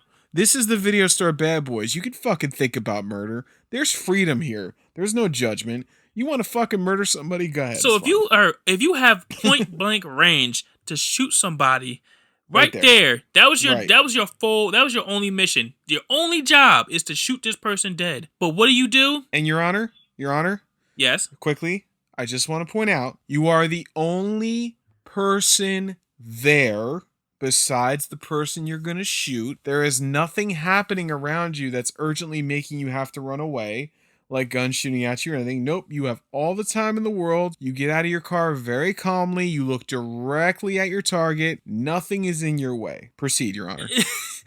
It's how much easier can we make it for you guys? That was your only thing to do. And you don't shoot the person. You say, no, I'm gonna shoot over here. That's gonna cause them maybe to die, maybe get hurt really badly. I don't know. I'm gonna go with the less, certain option. What in your right mind? What kind of henchman? You are the worst henchman ever. You know who's a better has a better shot than you? Stormtroopers. Stormtroopers would have shot her dead. Wow. That's how horrible he is at his job. Wow. And Your Honor, in your defense also, this is the same type of soldier that when a boulder is rolling at them will just sit there and try to shoot the boulder, somehow miss it and get run over by the boulder instead of just moving out of the way. So this is what I'm just illustrating what David is saying in terms of how bad it is. And this scene is interesting because clearly, can we say reshoot? Because if you go back and really look at the scene the way it was shown in Fast and the Furious, he fucking shot her. It's obviously a reshoot where he points the gun elsewhere. Someone on social media is like, we want Letty back. So I remember seeing it. Someone said, can you bring Letty back? Because technically we didn't see her die on screen. That is why this happened, David. That is why this was included. And that's why this ridiculous bullshit. This is like soap opera level shit of amnesia and what the fuck? Yes. Mind you, this is not the first time they do this in this franchise. Negative, Your Honor. They pull the fake out with dead people numerous times. All the time. So it's all the time. I'm telling you, you gotta suspend belief when you watch this franchise. Great, I get it. It's not Yes. the crime thriller that has to make sense. But I mean, there has to be some type of logic in this. Okay? There is no logic in this franchise at this point. No. And it gets worse. It gets It worse, gets worse. Your Honor. It gets worse. The Rock, Dwayne The Rock Johnson, aka Luke Hobbs. He's a big guy. He's strong. But in case you were wondering how strong he is, Mm-hmm. in this particular movie, they do a little fake out scene where you see a bald guy sitting in the interrogation room. You think it's Vin Diesel, but it isn't. So The Rock takes it upon himself, and mind you, he's a member of law enforcement in a station that is being monitored by cameras everywhere, and proceeds to murder a man with his bare hands using Hulk strength, Hulk level strength. This dude, you can see he's been thrown around the room, and he's not a small guy. He's been like, walls are broken. He's obviously dead, and he just walks out. Luke Hobbs just walks out like nothing. There's another scene where he shakes a man's hand and crushes every bone in his hand the way Superman did in Superman 2 to General Zod when he reversed the Red Sun onto Zod. But yes, like bone crushing hand. Like, he is, you realize now that he's no longer human. Not at all. But yes, the franchise just gets weirder and weirder. I don't even what happens next that doesn't make sense. There's more in between, but it's like I just want to get to the airport scene. I just want to get to that. Before that, I will let you will have the whole runway to yourself, and it is a big runway, as we'll get to. Yes. But 20 minutes worth. But I want to talk about the highway scene involving a tank. Oh my god. And Letty, I mean, I'm summing this up. We're over an hour already. Letty gets blown off a car, whatever the fuck happened. She flies over, I'm going to say this again, over the highway. Like, there's nothing below her. Vin Diesel leaps in the air horizontally. No, he doesn't just leap. He drives his car, his pristine black muscle car that he always drives, yes, into the guardrail to get enough speed to catch Letty so she doesn't hurt herself. Continue, John. Continue. And he goes horizontally through the air. Like, straight line, horizontal, doesn't even go down. Goes straight out like he was shot out of a cannon. Grabs Letty in midair while wearing his perfectly white t-shirt, as David pointed out. Catches her and slams into the windshield of a car. And is, you guessed it, totally unharmed. No bleeding, no bruising, no scratching. Nope. And as puts his little smirk on and makes his line. And all this shit happens with a tank and everything else, and they just leave. They just bounce from the scene, and there's no problems, no consequences. They just left very casually, and everybody looks amazing. Nobody has a hair out of place. None. And what makes it crazy, he's at least flying no less than 60 miles per hour through the air, and not a scratch, dent. Even the car is barely damaged. Yeah. If you seen people when they fall off roofs, they're denting the car or the roof. He at least, all they did was crack the windshield. David, with that momentum he had going, with Letty on top of it, both of their body weights, they're going through that windshield. They are killing the driver, and they themselves are dying instantly. Yes. But somehow, they are able to get up, walk away like nothing happened. So that nonsense has passed, and then we get to the highlight of the film where, of course, we're glossing over plot points. We're trying to get through all these, kids. Sorry. We will do, if you want us to, let us know. You want us to go through each one detailed, we'll do it. Oh yeah, we'll do it, because this shit does not make sense. We're just going over how much this does not make sense. This does not make sense. No, and so now we get to the highlight of the film. It takes place on a runway. It's all yours, my friend. So Shaw, the whole point of this movie was Shaw trying to get these pieces of this machine. I forgot what it does. What it does doesn't matter. He gets all the pieces. He's on the airway. He's on the runway, and I forgot how long this runway was supposed to be. What, 2 miles? Maybe. At the least 2 miles. Now, it does not take that long for a plane to take off or go down this runway. So the Fast and Furious crew chase down this airplane with their cars. With their cars, let me tell you, with their cars. This scene was at least 20 minutes. At least. Maybe even 30. Yep. At the very least. Let me tell you guys, this airplane never even once took off the ground. But let me tell you, it was on this runway for 20 minutes. I'm talking about the cars are shooting harpoons into the wing. These cars, the Vin Diesel and The Rock are fighting on the airplane. Yes. Letty is fighting on the airplane. Yes. All this is happening. All hell's breaking we loose. We lose Gal Gadot's character during this whole sequence. Yes. 20 minutes, and you're telling me this run? How long was this runway? Tell me, when was the last time you guys have been driving on the highway for 20 minutes? How long is that? How many miles have you guys have gone you want to do the in math? 20 minutes? You want to do the math? I don't want to do the. You can do the math, John. I just know it is. If you're going at a rate now, most people go above 65 miles an hour. Let's be real. But if you dropped it, let's drop it down to 60 miles an hour, right? So that's 1 mile per minute. So if you go 20 miles, that's 20 minutes. So 20 miles, it would be the length. And even at the end of this, it's not like the fucking plane goes off the runway. Even at the end, no, still going. They're on this runway for 20 minutes, the longest runway in the world. Craig. In the world, not just the city, the world, Craig. It's so insane, and and then yes, we get the death of Gal Gadot's character Giselle. She drops off of the wing, and it's really kind of an awkward death because it kind of looks like she disappears into the night when she falls. I would like to also add, we did not see her die, so can she come back as well? This is what I was just gonna tell you, because if you can, no, you can't say she's not gonna come back, because if you can put a gun in fucking Michelle Rodriguez's face while she's upside down in a car, shoot, and she not only lives and doesn't have any burns or anything, she's totally fine, then why can't Gal Gadot come back? It looks like, it's not like it was just a fall she took when you think about it. There's no gunfire or actual fire involved, so who knows? It gets worse because the plane crashes and Vin Diesel shoots out the nose in another muscle car. How does he keep finding these muscle cars? Where are these muscle cars? They're everywhere, David. Exactly. They're everywhere. So he flies out. Car lands, then flips over multiple times. He survives. Always. And at the end, Shaw, played by Luke Evans, gets his ass kicked and is pretty much at the point of pretty much being put into a coma.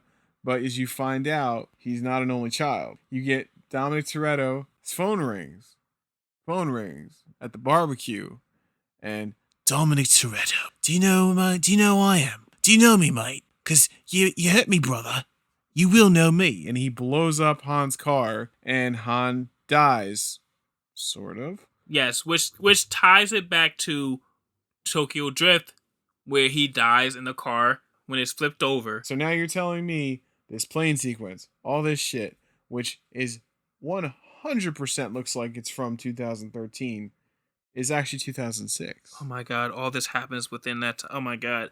Again, nothing makes sense, guys. The logic in this movie, at this point, you're not even here for the logic. You're just here for the action. Yes. And also, speaking of action, before we move on to 7, I just want to throw in, aside from Gina Carano, we also got a glimpse of Joe Taslim from The Raid, who's currently Sub-Zero in Mortal Kombat. He's on Warrior. He's fantastic. He has a fight with Han and Roman Pierce, and you find out neither one of them can fight for shit, and he beats the shit out of both of them. But anyway, that was just something I wanted to throw in before we move on. You got your closing thoughts. Go ahead on Fast and Furious 6. It was a great movie. Again, logic is not there. But again, we're not here for logic. But the logic is just that bad that you can't ignore it. That's the thing. Some movies you can get away with, oh, he couldn't lift that much. Oh, he got blah, blah, blah. No, it is to the point where it's just bugging you. Like, how did you do this? It does not make sense. And with that, Fast and Furious 6 ends. And Furious 7 opens with the same scene we ended on, which is Jason Statham. Now, important thing to say before we go any further. While Furious 7 was shooting, tragically, Paul Walker passed away in a car accident.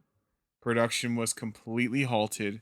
They didn't know what to do, so they brought on Paul Walker's brothers and sort of deep-faked, before deepfake was a thing, sort of CGI'd his face onto his brothers' bodies, and they kind of got away with, you could tell the scenes where it is the case, but they finished what they had to finish. Yeah. But don't let the tragedy stop the fact that the superpowers and now Furious 7 are growing even more. The craziness is growing even more, and now we are introduced to Jason Statham as Deckard Shaw.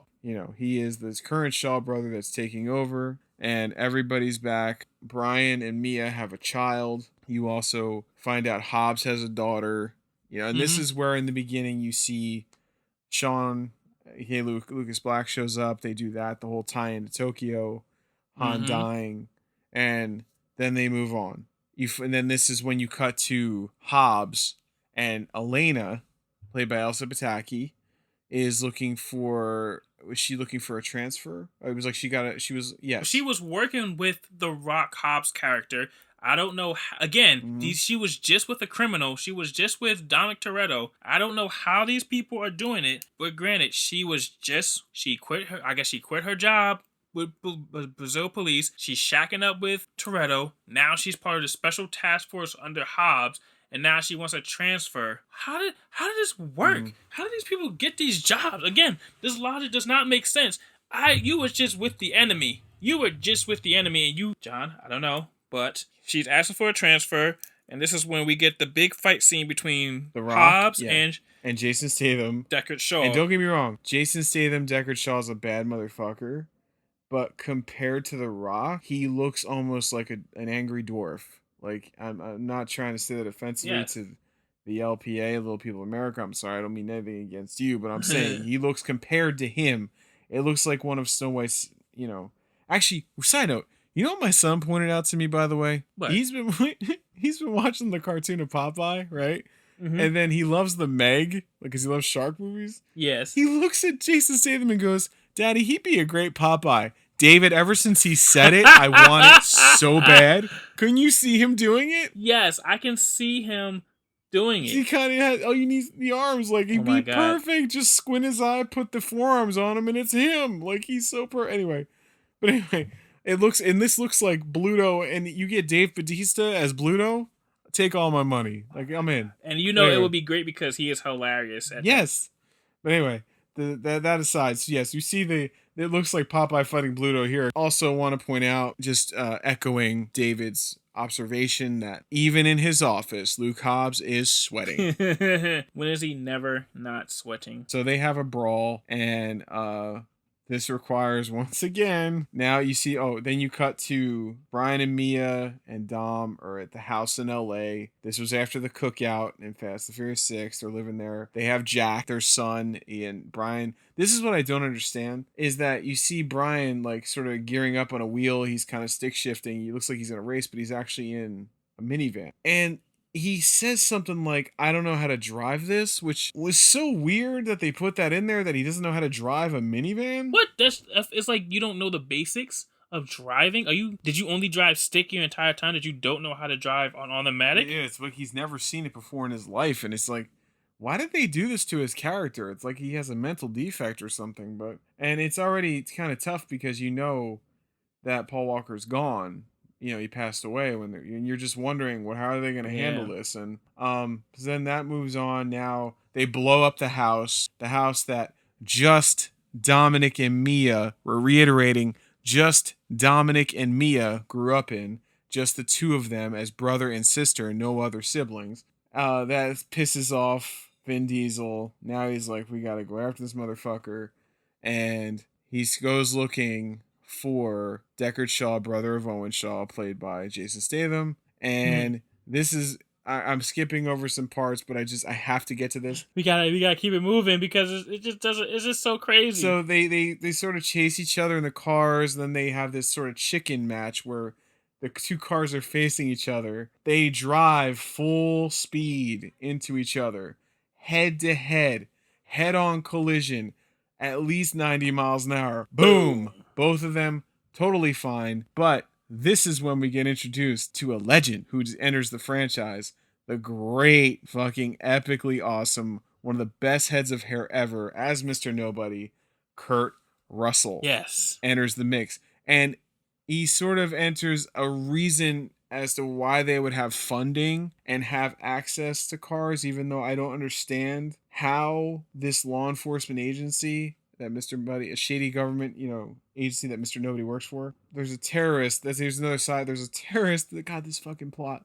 There's a terrorist trying to find this terrorist program called God's Eye. And they need Vin Diesel, this is when Mr. Nobody, God, this shit sounds silly saying it out loud. I can't get over it. Mr. Nobody needs them to help find this God's Eye that can turn on any technological device into a weapon. So he has to get the gang back together to stop Shaw and get the God's Eye. Oh, and Tony Jaa, the great Tony Jaa, martial arts master, Muay Thai / acrobatic phenomenon, unbelievable legend, is introduced, and he's in running around this movie, and then you get the sequence where cars are just dropped out of planes, David. Oh my god, yeah. It's still, and again, it still revolves around cars somehow. Like Always. you couldn't just drop them out the airplane with parachutes by themselves. No, it has to be cars dropped out, and somehow it is just again disbelief. Whatever. They track down the person who created God's Eye in this caravan, and somehow for some odd reason Tony Jaa and Paul Walker's character are on equal footing in fighting style. I don't know how. Like, Tony Jaa is getting his ass whooped by Oh my god. Paul Walker, blonde hair, blue eye, Chucks wearing, Vans wearing, regular jeans, hoodie, zipped up hoodie, open, white tee. He is getting his ass whooped by this man. I'm glad you... See, now that's something that also has to be pointed out. It's odd that, like, they all of the team always seems to dress like their character has a certain style and stereotype. And no matter where they are, no matter what the situation, they're always dressed that way. And for Brian, they adopted this surfer skater image to where he always has to wear surf or skate wear at all times. He goes hand in hand with a tactical Tony Jaa covered in tack gear. Like, he's a total badass. Tactical. That's not tactical. Right? What's that? Fuck you. Sorry. What's that supposed to be? All right. Blade Trinity. Watch it. Yeah, they fight, and then oh my god. And that's when you see this one sequence where the truck is sort of going over the cliff and it's hanging, and Paul Walker's hanging, and then he does this thing where like he runs off of it as it's falling. It's very Looney Tunes-esque, and he like runs in the air for a couple seconds like Matrix style before actually landing on the ground. It's just like, what was that? Yes, but not even that. He doesn't even land on the ground. He jumps onto Letty, who is back with the team now. Oh, Letty, right. Sorry. And she whips the back of her car for him to catch onto the spoiler. He grabs it, and then somehow, this defies gravity. I don't know how they do it, but they do it. Fast forward to Dubai, where they crash this party of this terrorist, right? And his party, his sort of penthouse mansion suite, whatever. Oh, and Ronda Rousey is introduced in this movie as well. Yes, and also, can we just talk about how horrible her scene? It wasn't even her. The scene was good. It's just that it was her acting that was horrible. Also, David. She's a shitty actress. She's true. A hell of a fighter. She's a shitty actress. She is very hard. It's her horrible actress. But this is, like I said, this movie keeps leaning in more and more into this whole franchise of just action logic. This is when we started dropping in those lines, like I forgot those superhero lines. Now it was easier to do it back in the day, I guess, in the 90s, 80s, when you had those superhero catchphrases. It's like when you like throw, you kill a man, he's laying dead next to you in an airplane, and then someone's like, "Hey, is he all right?" He's like, "Don't bother him. He's dead tired." Yeah. And that's when these lines start coming in. And there's one that's coming towards the end of this film that I sort of that's our favorite. But we're getting there. But yes, so now they're in India, Dubai. Then there's awkwardly, and they never quite explain. I want to know how they got that car into that house. When you're super rich, you can do whatever you want because it was owned by, some Dubai prince. I get it. No, I get that. But I'm not talking about the fact that I get it. With money, you could do anything. But physically, how did you get that car in that house? Because it's not just like it's sitting in the middle of the room. It's in a room by itself that has just enough room for it. In a fucking skyscraper. Also, I just want to go back to this Ronda Rousey fight. When I tell you her acting, it was bad. It was like, oh, thank God some action showed up. I was getting dead bored. And you're just like, what? Like, she said it just like I said it. She's like, I was getting dead bored. And then she's like, hits this like fighter stance. And you're just like, yes. It's like cringeworthy. It's like, And again, Letty and her was fighting.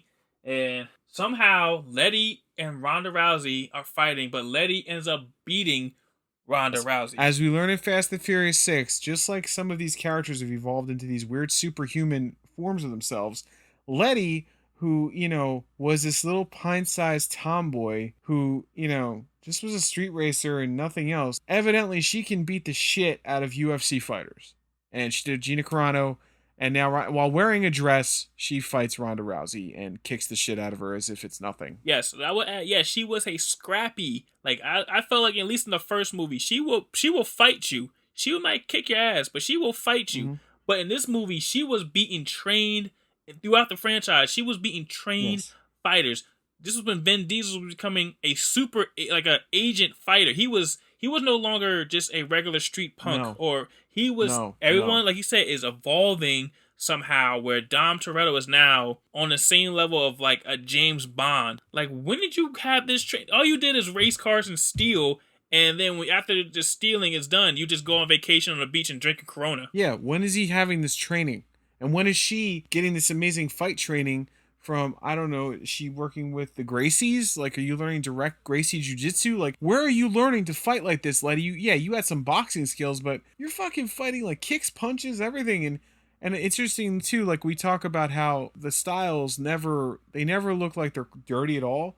These two women are fighting in gowns. Their makeup, nothing is even out of sorts. Like, in reality, the extensions would be pulled out, the titties would be out, blood would be everywhere. It would be a mess, but not here.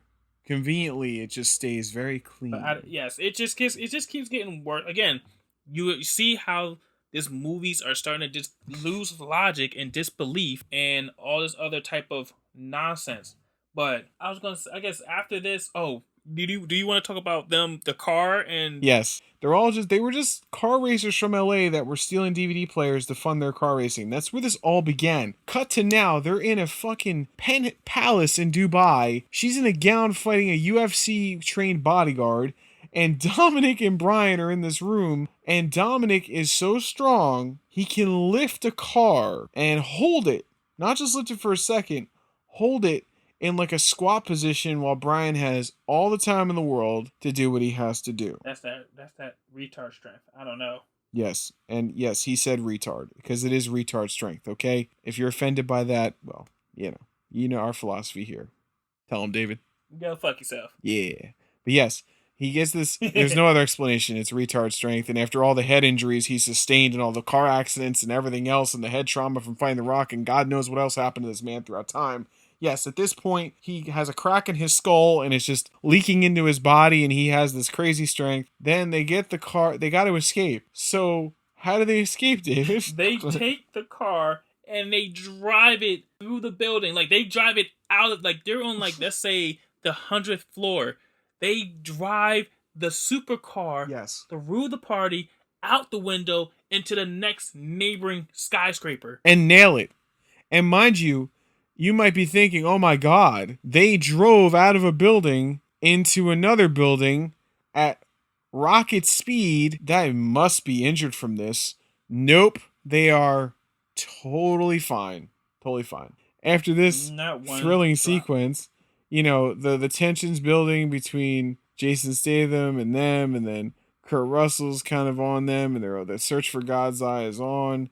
And mind you, The Rock, Hobbs, is in the hospital, as we see. He was, because after fighting Deckard Shaw, he like gets blown out of a window, so his like leg and arm is in a cast, and he somehow, mind you, this was like over a period, maybe let's say 2 days. He uses his muscles and explodes out of these casts. Mind you, it's so good. It's amazing. So good, though. I'm not complaining. It's The Rock. He is full of muscles. I can believe he can do that without the help of movie magic. But it needs to be said, like David said, it's been 2 days. He pops pills, tells his daughter Daddy has to go to work. His arm that is in a cast for a reason. He just flexes his muscle. The cast pops off, and he has full range of motion of his arm. You then cut to The Rock walking down the street carrying a full-size minigun, and like it's nothing, and he's just taking a slow stroll, and somehow finds a way to get into the action and knows exactly where they are. I don't know how this franchise works, but it is working is magic. But they're being chased by God's eye. Oh, you know what we forgot, John? We forgot the whole scene where Dominic Toretto tumbled down a mountainside. Oh my God. Yes. And survived. Without a Again, scratch. he has without a scratch. Again, this is gloss over real quick. We'll say it real quick. We'll keep moving because we're pressed on time. But they end up rescuing the girl who created God's Eye. He gets cornered, and then what does he do? He drives his car off the mountainside, and somehow it survives. Yes. He survives. They survive. The funny thing is, he makes her, like, granted, the car is built with, like, a rolling cage. He gives her a helmet. Yeah. But why not yourself have a helmet, sir? Why? Because he's superhuman. He is impervious to damage. He does not need a helmet. No, because he's had so much brain damage at this point, it doesn't matter. You might as well just crack it up some more. There's nothing but mush up there. Fuck it. Exactly. So they survived that. We just want to touch on that. Again, a muscle car. He goes through these things like candy. Back to this part where they're back in LA. They have their final face-off between him and Deckard Shaw. Oh, man, here it comes. And they're fighting on the parking garage. They are, battling it out. And then I guess it starts to crack. This, everyone, Oh my God. This is the movie scene action dialogue that you're just like, what? This is when you do it wrong, but it was so cheesy and so corny. So this was a line that Deckard Shaw said to Vin Diesel when they first encountered each other, because Deckard Shaw, again, they head-on collision, they both hit their cars, blah, blah, blah. Vin Diesel comes out with, a tire iron, and Deckard Shaw comes out with a gun. Dom Toretto, after all the stuff he's done, is still, I guess, an honorable criminal where you fight with your bare hands. Not Deckard Shaw. I'm bringing a gun to a knife fight. So, He says this particular line to him. I don't know if I should say it now or just wait. Go for it. So he says, I forgot, he's like, what's this thing? The thing about this, you think this was a street fight? That was the line. Yeah. So. Let me say it? Yes. Thing about the street is, street always wins. Now, when I tell you, yes, that was the line. Now, when I tell you when Vin Diesel said this line, for some odd reason, like I said, they're in a parking garage. Things is blowing up around them. He says this line. He says, the thing about street fights is, the streets always win. And what does he do? He slams his foot, Hulk stomp onto the fucking ground, and somehow that causes the rest of the ground to crack and fall around Deckard Shaw and collapse around him. People, what the fuck? It's one of those cringe-worthy lines where it's like, what? But it's just so funny. Yeah, and this is what I want to point out, because, okay, you say what you want about Arnold's one-liners from back in the day. Whatever he said, like in Predator, he sticks a knife into a guy and says, stick around. When he knocks the guy out and kills him, he says, don't bother my friend. He's dead tired. Like, that relates to him. Like, you know what I'm saying? It makes sense. It's corny, but it makes sense. All those lines were like that. I have thought about this way too much, this line. It has given me a tumor. I know there's a tumor in my brain from this line. I can't figure out what the fuck he means by this. But what makes it worse is he says the streets win, and this is again, they're superhuman. This does not make he just does a stop on the ground. The whole ground falls apart around Deckard Shaw like it was purposeful, and it collapses around him, and it's just like, what? Stealing DVDs to fund street racing. Now we're stomping the ground. There's international terrorism involved. It's just what happened. And interestingly, I call it I'm with you. That's why I said Hulk stomp. He has Hulk strength. And what's really weird about this, it makes me wonder if definitely the Hulk was in mind, because if you remember before this, when Vin Diesel visits Dwayne Johnson in the hospital, Hobbs is watching The Incredible Hulk with Lou Ferrigno on TV. So the Hulk, you know what I'm saying? Like, it kind of made me wonder, like, was that by accident? Was he inspired by this? Oh. Maybe. Mind you, people, this is the 7th movie. We still have at least one more to go that came out fully in the last trailer we have to talk about. But Yes. it just gets worse. It just gets worse Oh, and yeah. worse. It's again. I don't even know where to start with the Fate of the Furious. Okay, well, before we get there, the end of Furious 7, you get the send off of Paul Walker. You know, they make it so that he's going to be with his son now. He wants to leave the life of crime. It's been a long road. We can't sing too much because it's copyrighted. I cried like a bitch. cried. And he rides Yes. off. They do very good Mhm. CGI. You could tell it's not him, but they do a very nice job putting his face on. And Vin Diesel does a very nice nod to him. They drive in separate directions. Now you cut to Fate of the Furious, the 8th entry. And at this point now, The Rock and Vin Diesel have definitely not gotten along. They have had a spat, a feud. And in Fate of the Furious, if you look, their scenes together, they are never on camera together because they were not present for each other's scenes. They are shot. It's all edited together. So you have that going in. And then the question I had going in is, okay, Paul Walker is passed. Brian O'Connor, you have it so that he's living with Mia and on this beautiful beach with their son. And if you just leave them there, okay, fine. But then you notice Mia is running around the movie. So that makes me ask, are we going to say that Paul Walker's dead?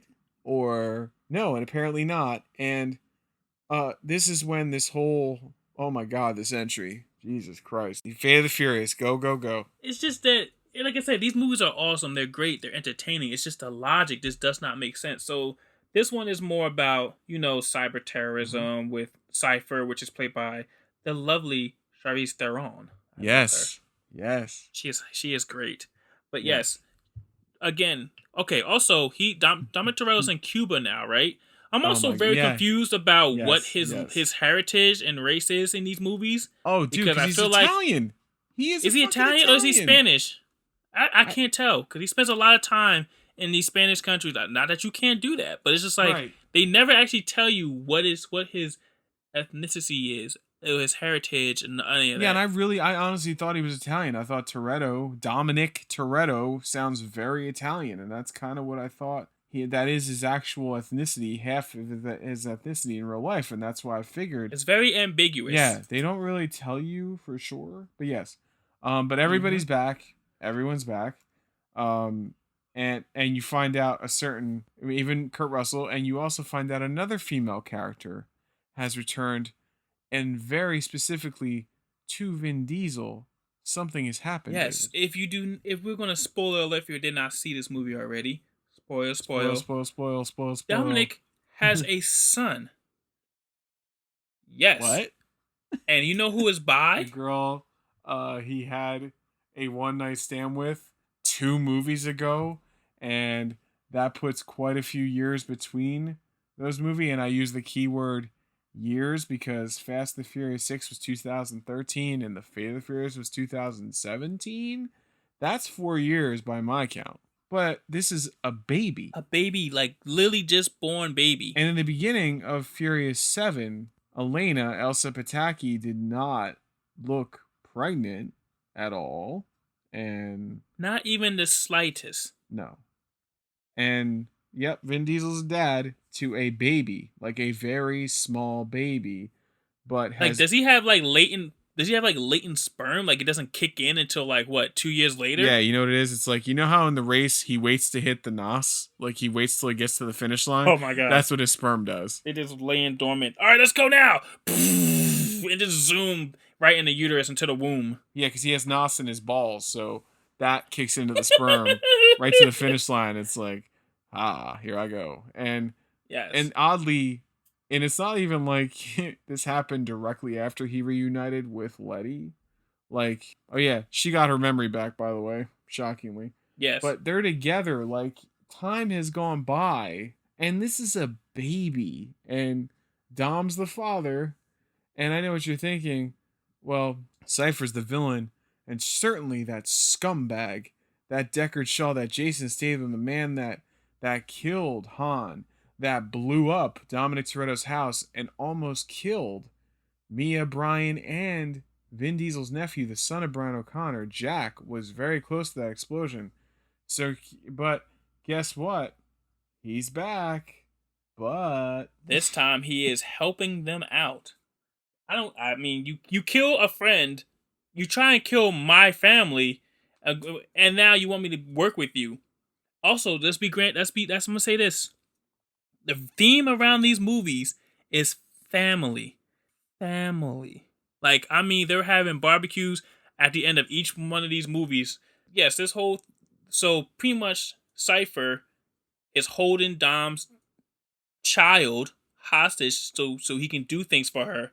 So now it's the Fast and Furious team versus Dom. Now this is where Dom goes full superhuman.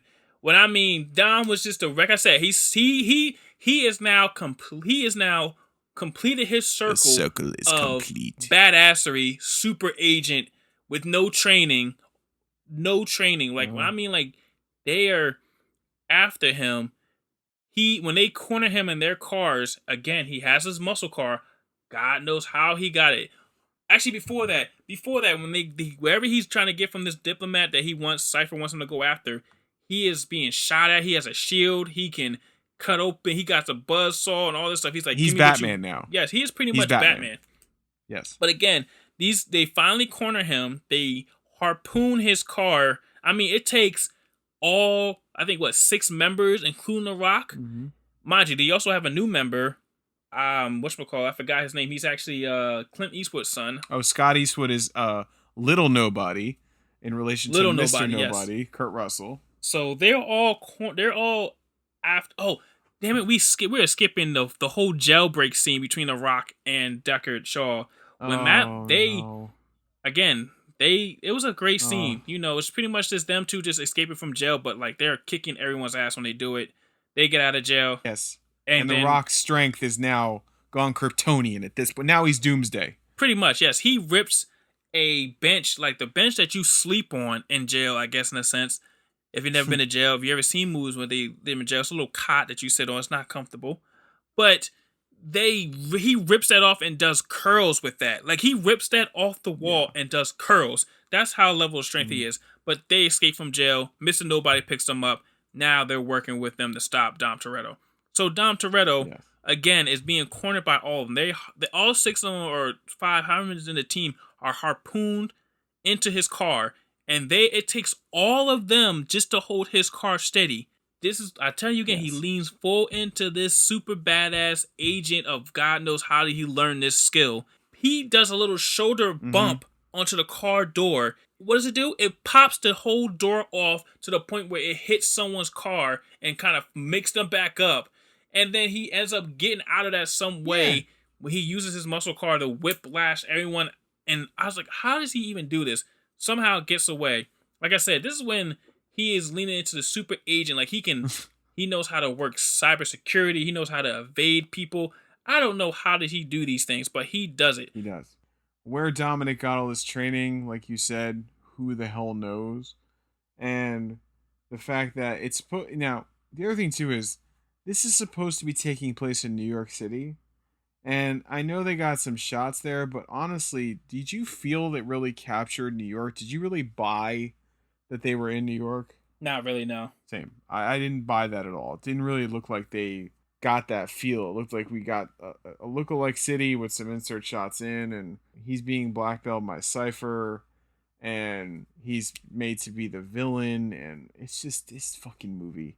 Oh my god, it's just a mess. And yes, and The Rock, well, it's the other thing too, when The Rock and Statham are escaping, you know, The Rock is apparently bulletproof now as well, which he gets shot and it doesn't even faze him. He's like, I'm fine. But it's this movie just gets so crazy. Like, we even get to the whole ending with the whole Russian sub. I don't know how this. So granted, the whole thing to get this MP3, they're trying to get our electromagnetic pulse. EMP. Yes. They're trying, to get this sub, and it's a great sequence. They're being chased by this sub on ice. Like, it's breaking through the ice, and it's like, again, this is where you see everyone at their superhuman level.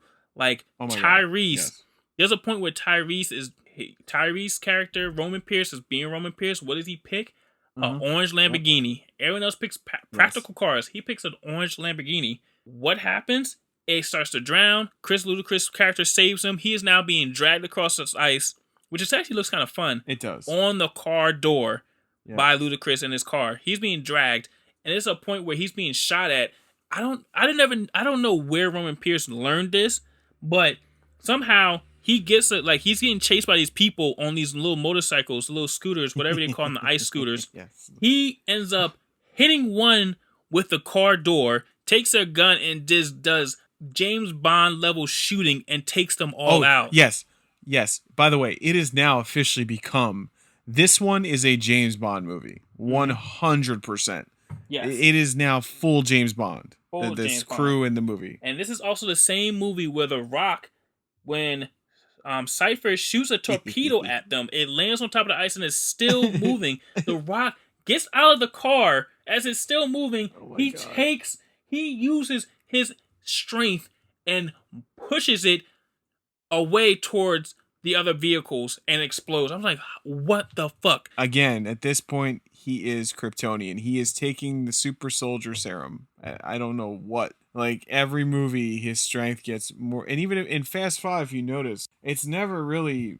He's big, but there's no mention of him having this freakish strength at all. Like, he doesn't display it. I mean, he goes through a little shitty wall, but it's not like he went through a brick wall. Like, he's a universal soldier. He's a unisol. He can just fucking go through brick walls at this point. It's insane. Like, yeah, and it's very entertaining, and it's not boring. Don't get me wrong, but plot wise and the choices made, and now they all have skills that even Ludacris. This dude went from running fucking street hustling and fucking jet ski races in Florida every day with a fucking megaphone and, street races that went over a bridge while he ran a garage. Now he is like the top hacker in the world. And in Too Fast, Too Furious, he was not a hacker. He was, like I said, he was just a street hustler. He was just getting money. He was hosting these parties, hosting these races. And like you said, throughout these movies, now he's hacking ATMs. Now he knows about all these types of crack safes and all the makes and models and everything. He can hack into to the point where he can hack into people's like Facebook and delete your accounts and stuff. Like, he can do all. He is a master hacker in the course of 3 movies. When did he get that skill? I do not know. To the point where he knows about, I think, God's Eye or the legend of God's Eye or something like that. It's like, what kind of deep black site Wikipedias are you going through, Ludacris? There's not one piece of technology he doesn't know how to hack. Even an ATM machine, for Christ's sake. He is like, I don't even know the level of intelligence this guy has. But go back to Too Fast, Too Furious, look me in the eye and tell me this is the same character. Bullshit. No. Not at all. No. Not at all. So, but getting towards the end, do you want to wrap this, put it towards the end of the movie, like get towards the finale or whatever? Yeah, so pretty much Dom Toretto goes full, I don't know, Dom Toretto, again, he has another muscle car, black, same car, I don't know how he does it, and somehow... He's got them everywhere, David. The only car he doesn't have is his Mazda RX-7 from the first movie. It's still in the garage. Still in that garage.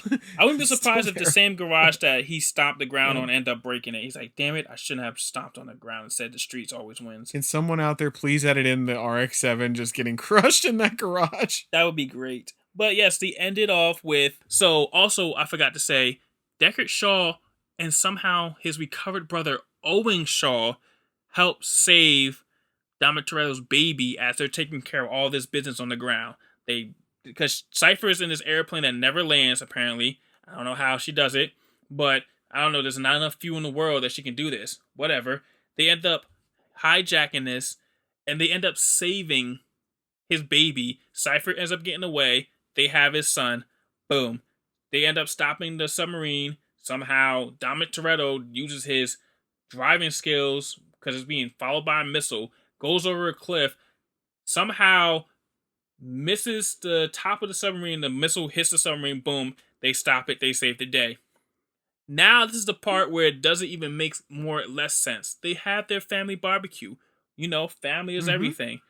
I mean, everyone shows up. The Rock shows up. Unless you're Brian O'Connor. He does not show up. Mia doesn't show up. Mia doesn't show up either, but I mean, it's cool. It's a family barbecue. They're not invited. But guess who shows up, John? Because why? He has their He's part baby. of the family now. Yes, the man that killed your friend, that's been your friend for at least 4 or 5 movies, This man Yep. killed your friend. Granted, okay, he Almost killed your nephew. almost killed and your nephew sister. and your sister and yourself numerous times. Mhm. This is the man. Granted, he has to drop off your baby, so cool. He has to come to the barbecue. No, not just that. He is invited into the family. He is, hey, stay for a while, have a burger and beer, Corona on us. Tell me, people, tell me, if a man killed your best friend, would you let him stay for family dinner to meet your mom? It just goes to show you that clearly Dominic Toretto didn't like Han, because obviously he didn't give a shit. But I mean, but the whole thing is, what bothered me at this point is, okay, seriously now, this movie came out in 2017. Paul Walker passed away in 2014. We're really not going to acknowledge he's gone. You're really just making it seem like he's just chilling somewhere watching the baby, and you have a whole family barbecue. You flew in everybody from all over the world, but you're not going to... But Brian and Mia wouldn't be there? Bullshit. Okay? Bullshit. Mia was running around, so... what? This is why this franchise is starting to bug me. And then, you know... And yes, and now Deckard Shaw went from being this hard criminal that killed a lot of people, including Han and everything else, and... you know, laid a lot of bodies lay in his wake. Now he's sitting there going, "Coochie coochie coo, little baby. Look at here. Look at this. Is this a rabbit? You like the rabbit?" Like, he's a fucking, like, now he's a lovable, like, you know, he's good with babies. And then and now you notice that clearly they flipped him around because he became so popular in the franchise, to lead to their spin-off, which is the next entry in the franchise. We're not going to really talk about that, but it's Hobbs and Shaw with Dwayne Johnson. This is the fuck you Vin Diesel movie, as I call it. This is We Don't Need You. So that did well. And now, because they want him to be seen as a hero, we get the trailer for Fast 9, which I know we've taken a long time to get to, but we find out and no, like we talk about all the time, David, these trailers now keep no surprises whatsoever, and they're just making it very clear Han is back. He somehow didn't die, and please rewatch that scene and tell me how the fuck he lived. And obviously they did that because why? You figured this out. I'm not taking credit for it. Why would they bring Han back?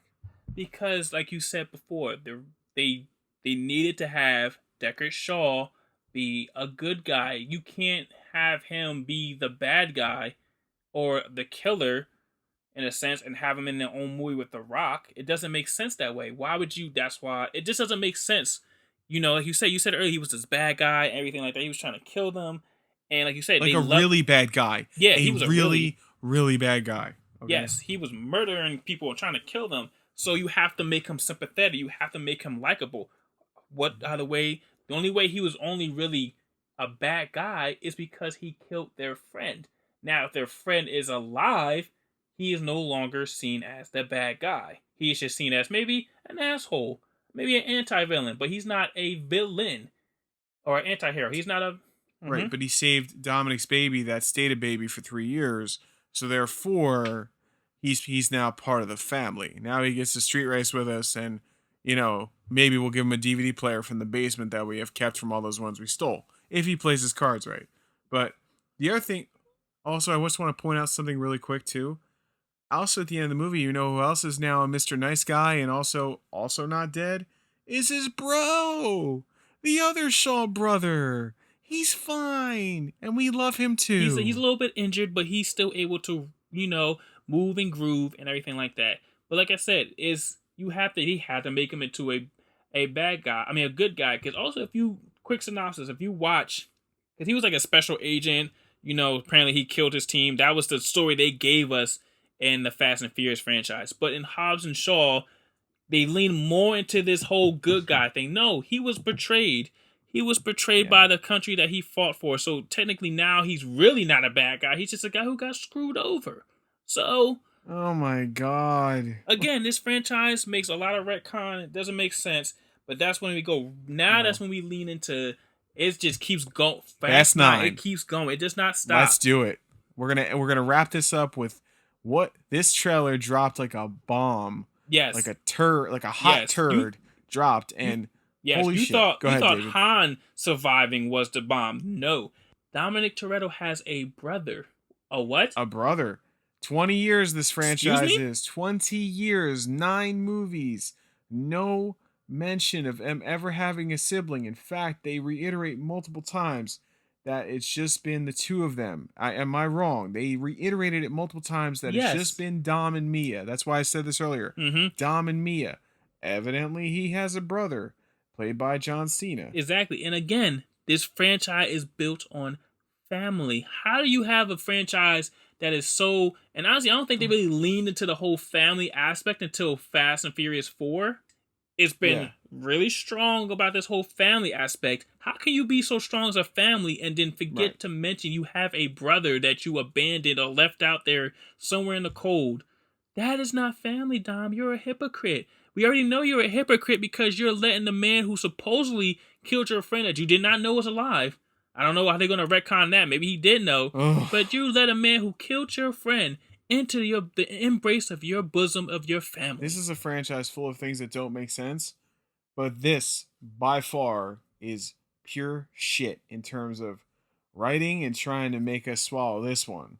I don't care what fucking story you give. And the only reason John Cena is in this movie, it's a fuck you to Dwayne Johnson. Do not let this fool you.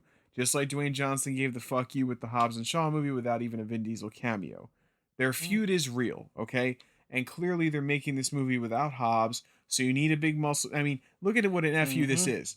It's a big muscle guy, almost the exact same dimensions, and he's a WWE wrestler. Like, oh my god, could it be any more? And you then made him your brother. Like, this makes no sense at all. And this is a very tight-knit group, and they talk, like you said, they shove family up our ass so fucking far, it's coming out of our throats. And again, how would this never, ever, ever have been brought up in all these years? I don't know. And again, if you watched a couple trailers beforehand that dropped before this one, even this new one, apparently John Cena, his Dominic Toretto's brother, is like a super secret agent that was living in the shadow of his brother. First of all, if we watch the first movie, Dominic Toretto was never a super secret agent type of guy. He was just a regular street guy, street racer. So apparently, what shadow was John Cena live? I wondered the same thing. He like, wanted to what, be being a street racer? And you watch the trailer again. Dominic Toretto has these if you watch the trailers again, Dominic Toretto has these super spy skills where he can take a gun from his brother and his brother pulls out another gun on him, and it's like, what? This is some Christian Bale Equilibrium shit. This is full out gun kata. Where did you learn this shit? Like this, it's like, were you a Navy SEAL? Did I sleep through something? Are they gonna actually try and say that? Like, and that's why I thought the same exact thing you did, which is, what shadow? He stumbled into one thing into the other. He's not, other than street racing, he's not known for like any of this shit. It's just he kind of gets stumbled into stuff and does what he has to do, and then he moves on. Like, I don't understand what he's talking about. It does not make sense, John. It does not make sense. Like, that's as we told you throughout this time. This franchise has just gotten worse and worse. Not even worse and worse. It just got more ridiculous and ridiculous. We even joked, me and you have joked about the only thing they can go next is in space. What did they have in that trailer? They almost looked like they was going in space. We even joked that the only way to take it even further past that is to have them have a movie with the Transformers. Yep. And that's going to happen. That, or they even read an article, don't even joke about it, said, don't be surprised if this crosses over with Jurassic Park. I mean, there's all sorts of shit in the air. And I'd also like to point out, David, something I noticed through my research, that you know who a cast member listed for this is? Who? Lucas Black, returning as Sean Boswell. Yes, I did see that. I'm assuming that when, and I'm sorry, you go back, just like we said, go back to Fast and Furious. Don't go to the fucking, Fast and Furious 6. The reshoot. Go back to the original and see, you tell me how Letty survived that. She didn't. Same thing here. Go back and watch that scene with Han. It's like 3 seconds. 3 seconds max. But when that car flips over and you see him in there, and then the car explodes. And you don't see him anywhere in sight. There's nowhere he could go. There wasn't a manhole cover. There was nowhere he could escape. And if you remember too, by the time Lucas Black ran up, the thing exploded. So he didn't see him survive. The other thing there's 2 other things that stood out to me. Multiple things in this trailer of madness. We're using magnets now a lot. Like, a lot of magnet work which was very odd to me. Like, why are this many magnets being used? We could pull cars in, we can push them out, we can use a magnet to pull ourselves through a building and go through another one, and then we get Helen Mirren, elderly Helen Mirren, fucking jetting around in a car like she's part of the Fast and Furious team because she's the Shaw mother, obviously. You got Charlize Theron. Yes. Also, she was in jail in the last movie, so I'm trying to realize what's going on I here. don't know, but the good news is we do get another gift in this movie, and that is the gift of Michael Rooker. So I don't know. He's playing a character named Buddy. I'm just so happy he's in it because, fucking Michael Rooker. This whole thing is just, it's madness. And then we get to the thing we joked about, them going to space. And sure enough, what happens at the end of the trailer? They look like they're going into space, and it's with Roman and Ludacris character, which I'm not even mad about because those two are like great together. They're hilarious. And if you're ever gonna have, and they'll play it up to where it's like they're gonna point out. That's what's so great is they can actually point out how crazy this is. That's why they get away with it. That's why they get away with it. But this is just, I don't know where they're gonna go from here. I don't know what's gonna happen in this movie. I'm in. I've been in it since the beginning. So I'm a whore to this franchise. I talk shit about it, but I own them all, and I love them all. And I'm going to be there. Oh, yeah, we're going to be here for the long haul. But my question to you is now, Mia is in this movie, Jordana Brewster. Are they going to fucking kill Brian O'Connor? Because you saw a quick shot of him holding the baby, Jack. So are they going to acknowledge he's dead? Or are they going to be like, he's just home watching the kid? Like, what are they going to do? Maybe he's just home watching the kid. Well, why would he allow his wife to go by herself into these potential dangers with her brother that how these things end and it's not well, and she could probably get killed, or just wondering what. It just doesn't make sense, John. No. This movie logic is not their strong suit. No. But in the end, we're in. You're in too. This franchise hasn't made billions off it. You're all in too. And that was this episode. It was supposed to be more, but it looks like we spent the entire time, we couldn't help ourselves, just talking about the mess that is the Fast and the Furious franchise. Oh, yes. We already knew this. We was going in. Once we saw that trailer, we was like, fuck it. Yep. We're going to get to the physical media recommendation. I do apologize for not getting to the topics we were going to get to. But again, we had fun doing this. We hope you enjoyed it too. We hope you like, subscribe, tell your friends, please. Next week, we will cover a variety of topics. But do you like it when we do this, where we just focus on one franchise? We will do episodes like this if you prefer, but we need to hear back from you. Please let us know what you like, what you don't like. We love feedback. We haven't really gotten much feedback. We've had some positive, but please let us know what you like. It's time for the physical media recommendation. Dun, dun, dun, dun, dun. You guys, I think, know where we're going with what we talked about in this episode. David and I are going to each recommend one of the Fast and Furious movies. I mean, you should own them all. But if you were just to pick one, David, one Blu-ray, I own them all on Blu-ray. So which one would you say? If they're like, I don't want the whole franchise, I just want one, which one would you tell them to own? Honestly, I feel like my first go-to will be Fast 5. It's like the nice medium of where it got ridiculous, but it's still somewhat grounded in logic. But I would say that would be my go-to. But I want to switch it up. I'm gonna go with the black sheep, the one I really like. Tokyo Drift. And I agree with you because you know what? You can just watch that by itself and it kind of stands on its own from the franchise. You don't need to. It's kind of what Black Panther is in the MCU. It's the least MCU movie out of all of them in terms of it's its own thing. And then, there's inclusion here and there, but for the most part, it's kind of doing its own thing. And that's what you have here. All of them. All of the Fast and Furious Blu-rays are some of the best I own. They sound and look amazing. Great special features. But why specifically, David, should they own Tokyo Drift if that's the one, aside from what we've said? Like you say, it stands on its own. I feel like it still keeps the essence of what they was trying to do with the first movie. It's like expose different aspects of the street racing culture. And Tokyo Drift was very different. We're so used to seeing racing movies. In a sense, there's a bunch of movies about racing cars or racing motorcycles or racing boats or buses, speed.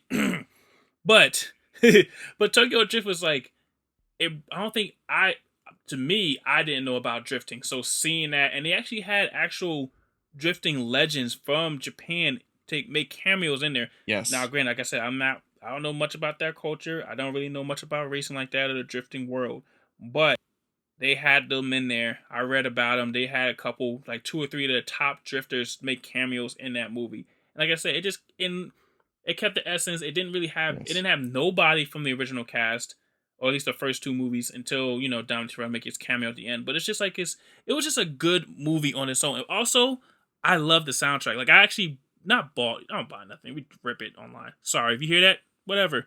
I actually listened to the soundtrack, and I love the soundtrack.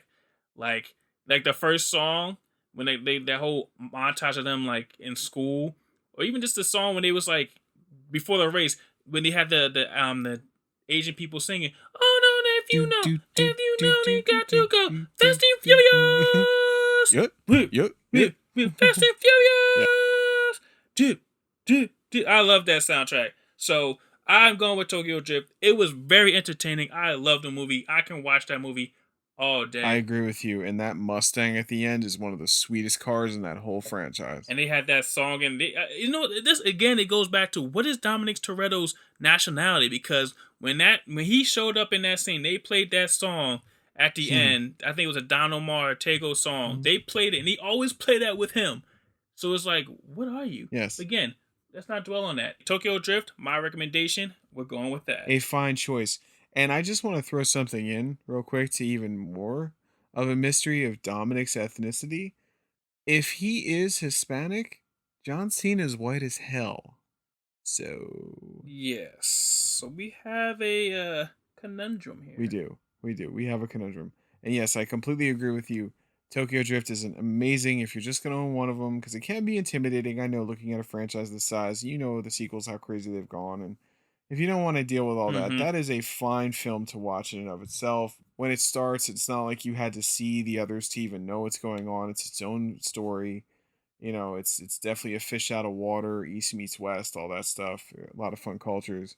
You have the great Sonny Chiba if you're a fan of, exploitation films. The Street Fighter, he's a legend. He was in Kill Bill. He was Hattori Hanzo, in the movie. But anyway, he's in there. You have a really just great cast. And Han really is the one of the main features of this. If you like him, if you like Sung Kang, he does a great job as Han. And it's a great soundtrack. Tokyo looks great. So, it's focused just on the racing, like we said earlier. That's a great recommendation. I couldn't agree with you more. Good job. Thank you. What about you, Jonathan? What is your pick? I'm a big fan of going back to the beginning, and I just feel if you're gonna you can just have one and be okay with it, go with the original, the Fast and the Furious, the first one, the one that started this whole franchise. Yes, that's 20 years old now, which is bizarre, and see where it all began, because this was the foundation for a franchise that's gone on for 20 years. Theatrically, by the way, not one has gone straight to DVD or to streaming, by the way. And they've all made a shit ton of money. So, like it or hate it, that's very impressive. And if you want to see where it all began, check it here. Again, it is a remake of Point Break. It steals from it heavily. You can't deny it. It's there. But this is where you really get to see where Vin Diesel went from being an unknown to becoming a star. You got same thing with Paul Walker. This was his role. And it's fun seeing them look so young. LA, it all takes place there. And I'm a big sucker for LA movies, and it's, the street racing, the cars, everything. This is, again, when it was more grounded in reality. Yes, they're stealing DVD players, whatever, but there's a lot of fun stuff in this movie. And it's also a great time capsule, visually very cool. Like I said, it's got a cool summer look to it. Rob Cohen, who never directed another entry in the franchise, I think did a good job. And it ends in a way where, spoilers, they part ways, but if you don't want to go any further, you don't have to. It's not like you're catching this in the middle where there's all these characters that have been in there. That's the problem. Only problem with Fast 5, and that's one with you. Fast 5 is awesome, but you need to have seen the others to know who these people are. You know what I'm saying? To really get that's a full sequel. It doesn't stand on its own. But the first Fast and the Furious and Tokyo Drift, 100%. Own them both on Blu-ray. The whole set is very inexpensive, but by themselves, I think you can get them for like $10, $15 on Blu-ray, and they look great, they sound great, they're chock full of special features. And this was our take on the Fast and the Furious franchise, all stemming from us seeing the Fast 9 trailer, which debuted today. This is the second trailer? Yes, the second trailer. Oh, technically they say it's the official trailer. I don't know anymore. They always say it's like the teaser trailer, and then they have the official trailer or the second trailer. I don't even care anymore. That shit gets me nuts. Yes. Just drop the trailer. I don't give a shit about the teaser for the trailer. It's what trailer is. It's a teaser. God damn it, David. What's happening? I don't know. They're trying to guess with the jargon here, but it does not matter. You're not going to get me. No, but I'll tell you something right now. This baby comes out June 25th, 2021, Fast 9, and we're all in for this. It's all going to be fun. There's going to be a 10th one, and I think Vin Diesel said this is going to end with 10, but, you know, if this shit keeps making money, it's going to keep going. And you know what? I'm going to give him my money each time, because as ridiculous as it is, as much sense as a logic does not make, it is fucking entertaining. Yes, and we hope you found this episode fucking entertaining. We are the Video Store Bad Boys. I am John Kent. He is David Coy. David, are we on social media? Yes, we are. You can find us at the Video Store Bad Boys on Instagram and Twitter.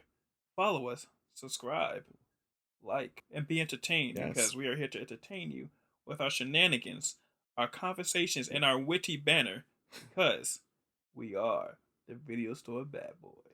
Beautifully said. Yes, we are. So please spread the word.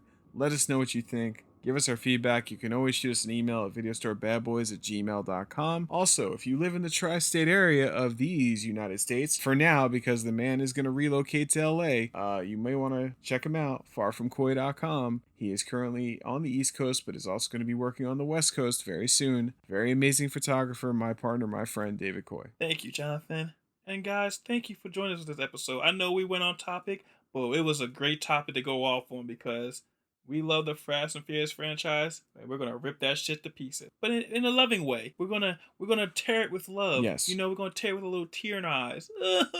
You were so horrible, but we love you anyway. Before we go, David, I'm sorry to sound like a broken record. Just one last thing. Yes, Jonathan. Well, this is a legitimate article I'm seeing here where it has been said, what if the Fast and Furious crossed over with Jurassic Park? Now, the Fast and Furious cast is unkillable, as we have found, right? You can't kill them no matter how hard you try. Am I right? So, if they battle, clearly they're not going to die. The dinosaurs will. So my question is, in that world, what killed the dinosaurs? The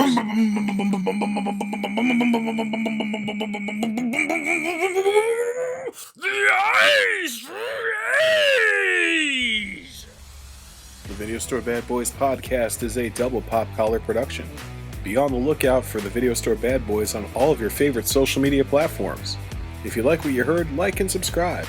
The Video Store Bad Boys will return next week. Bye.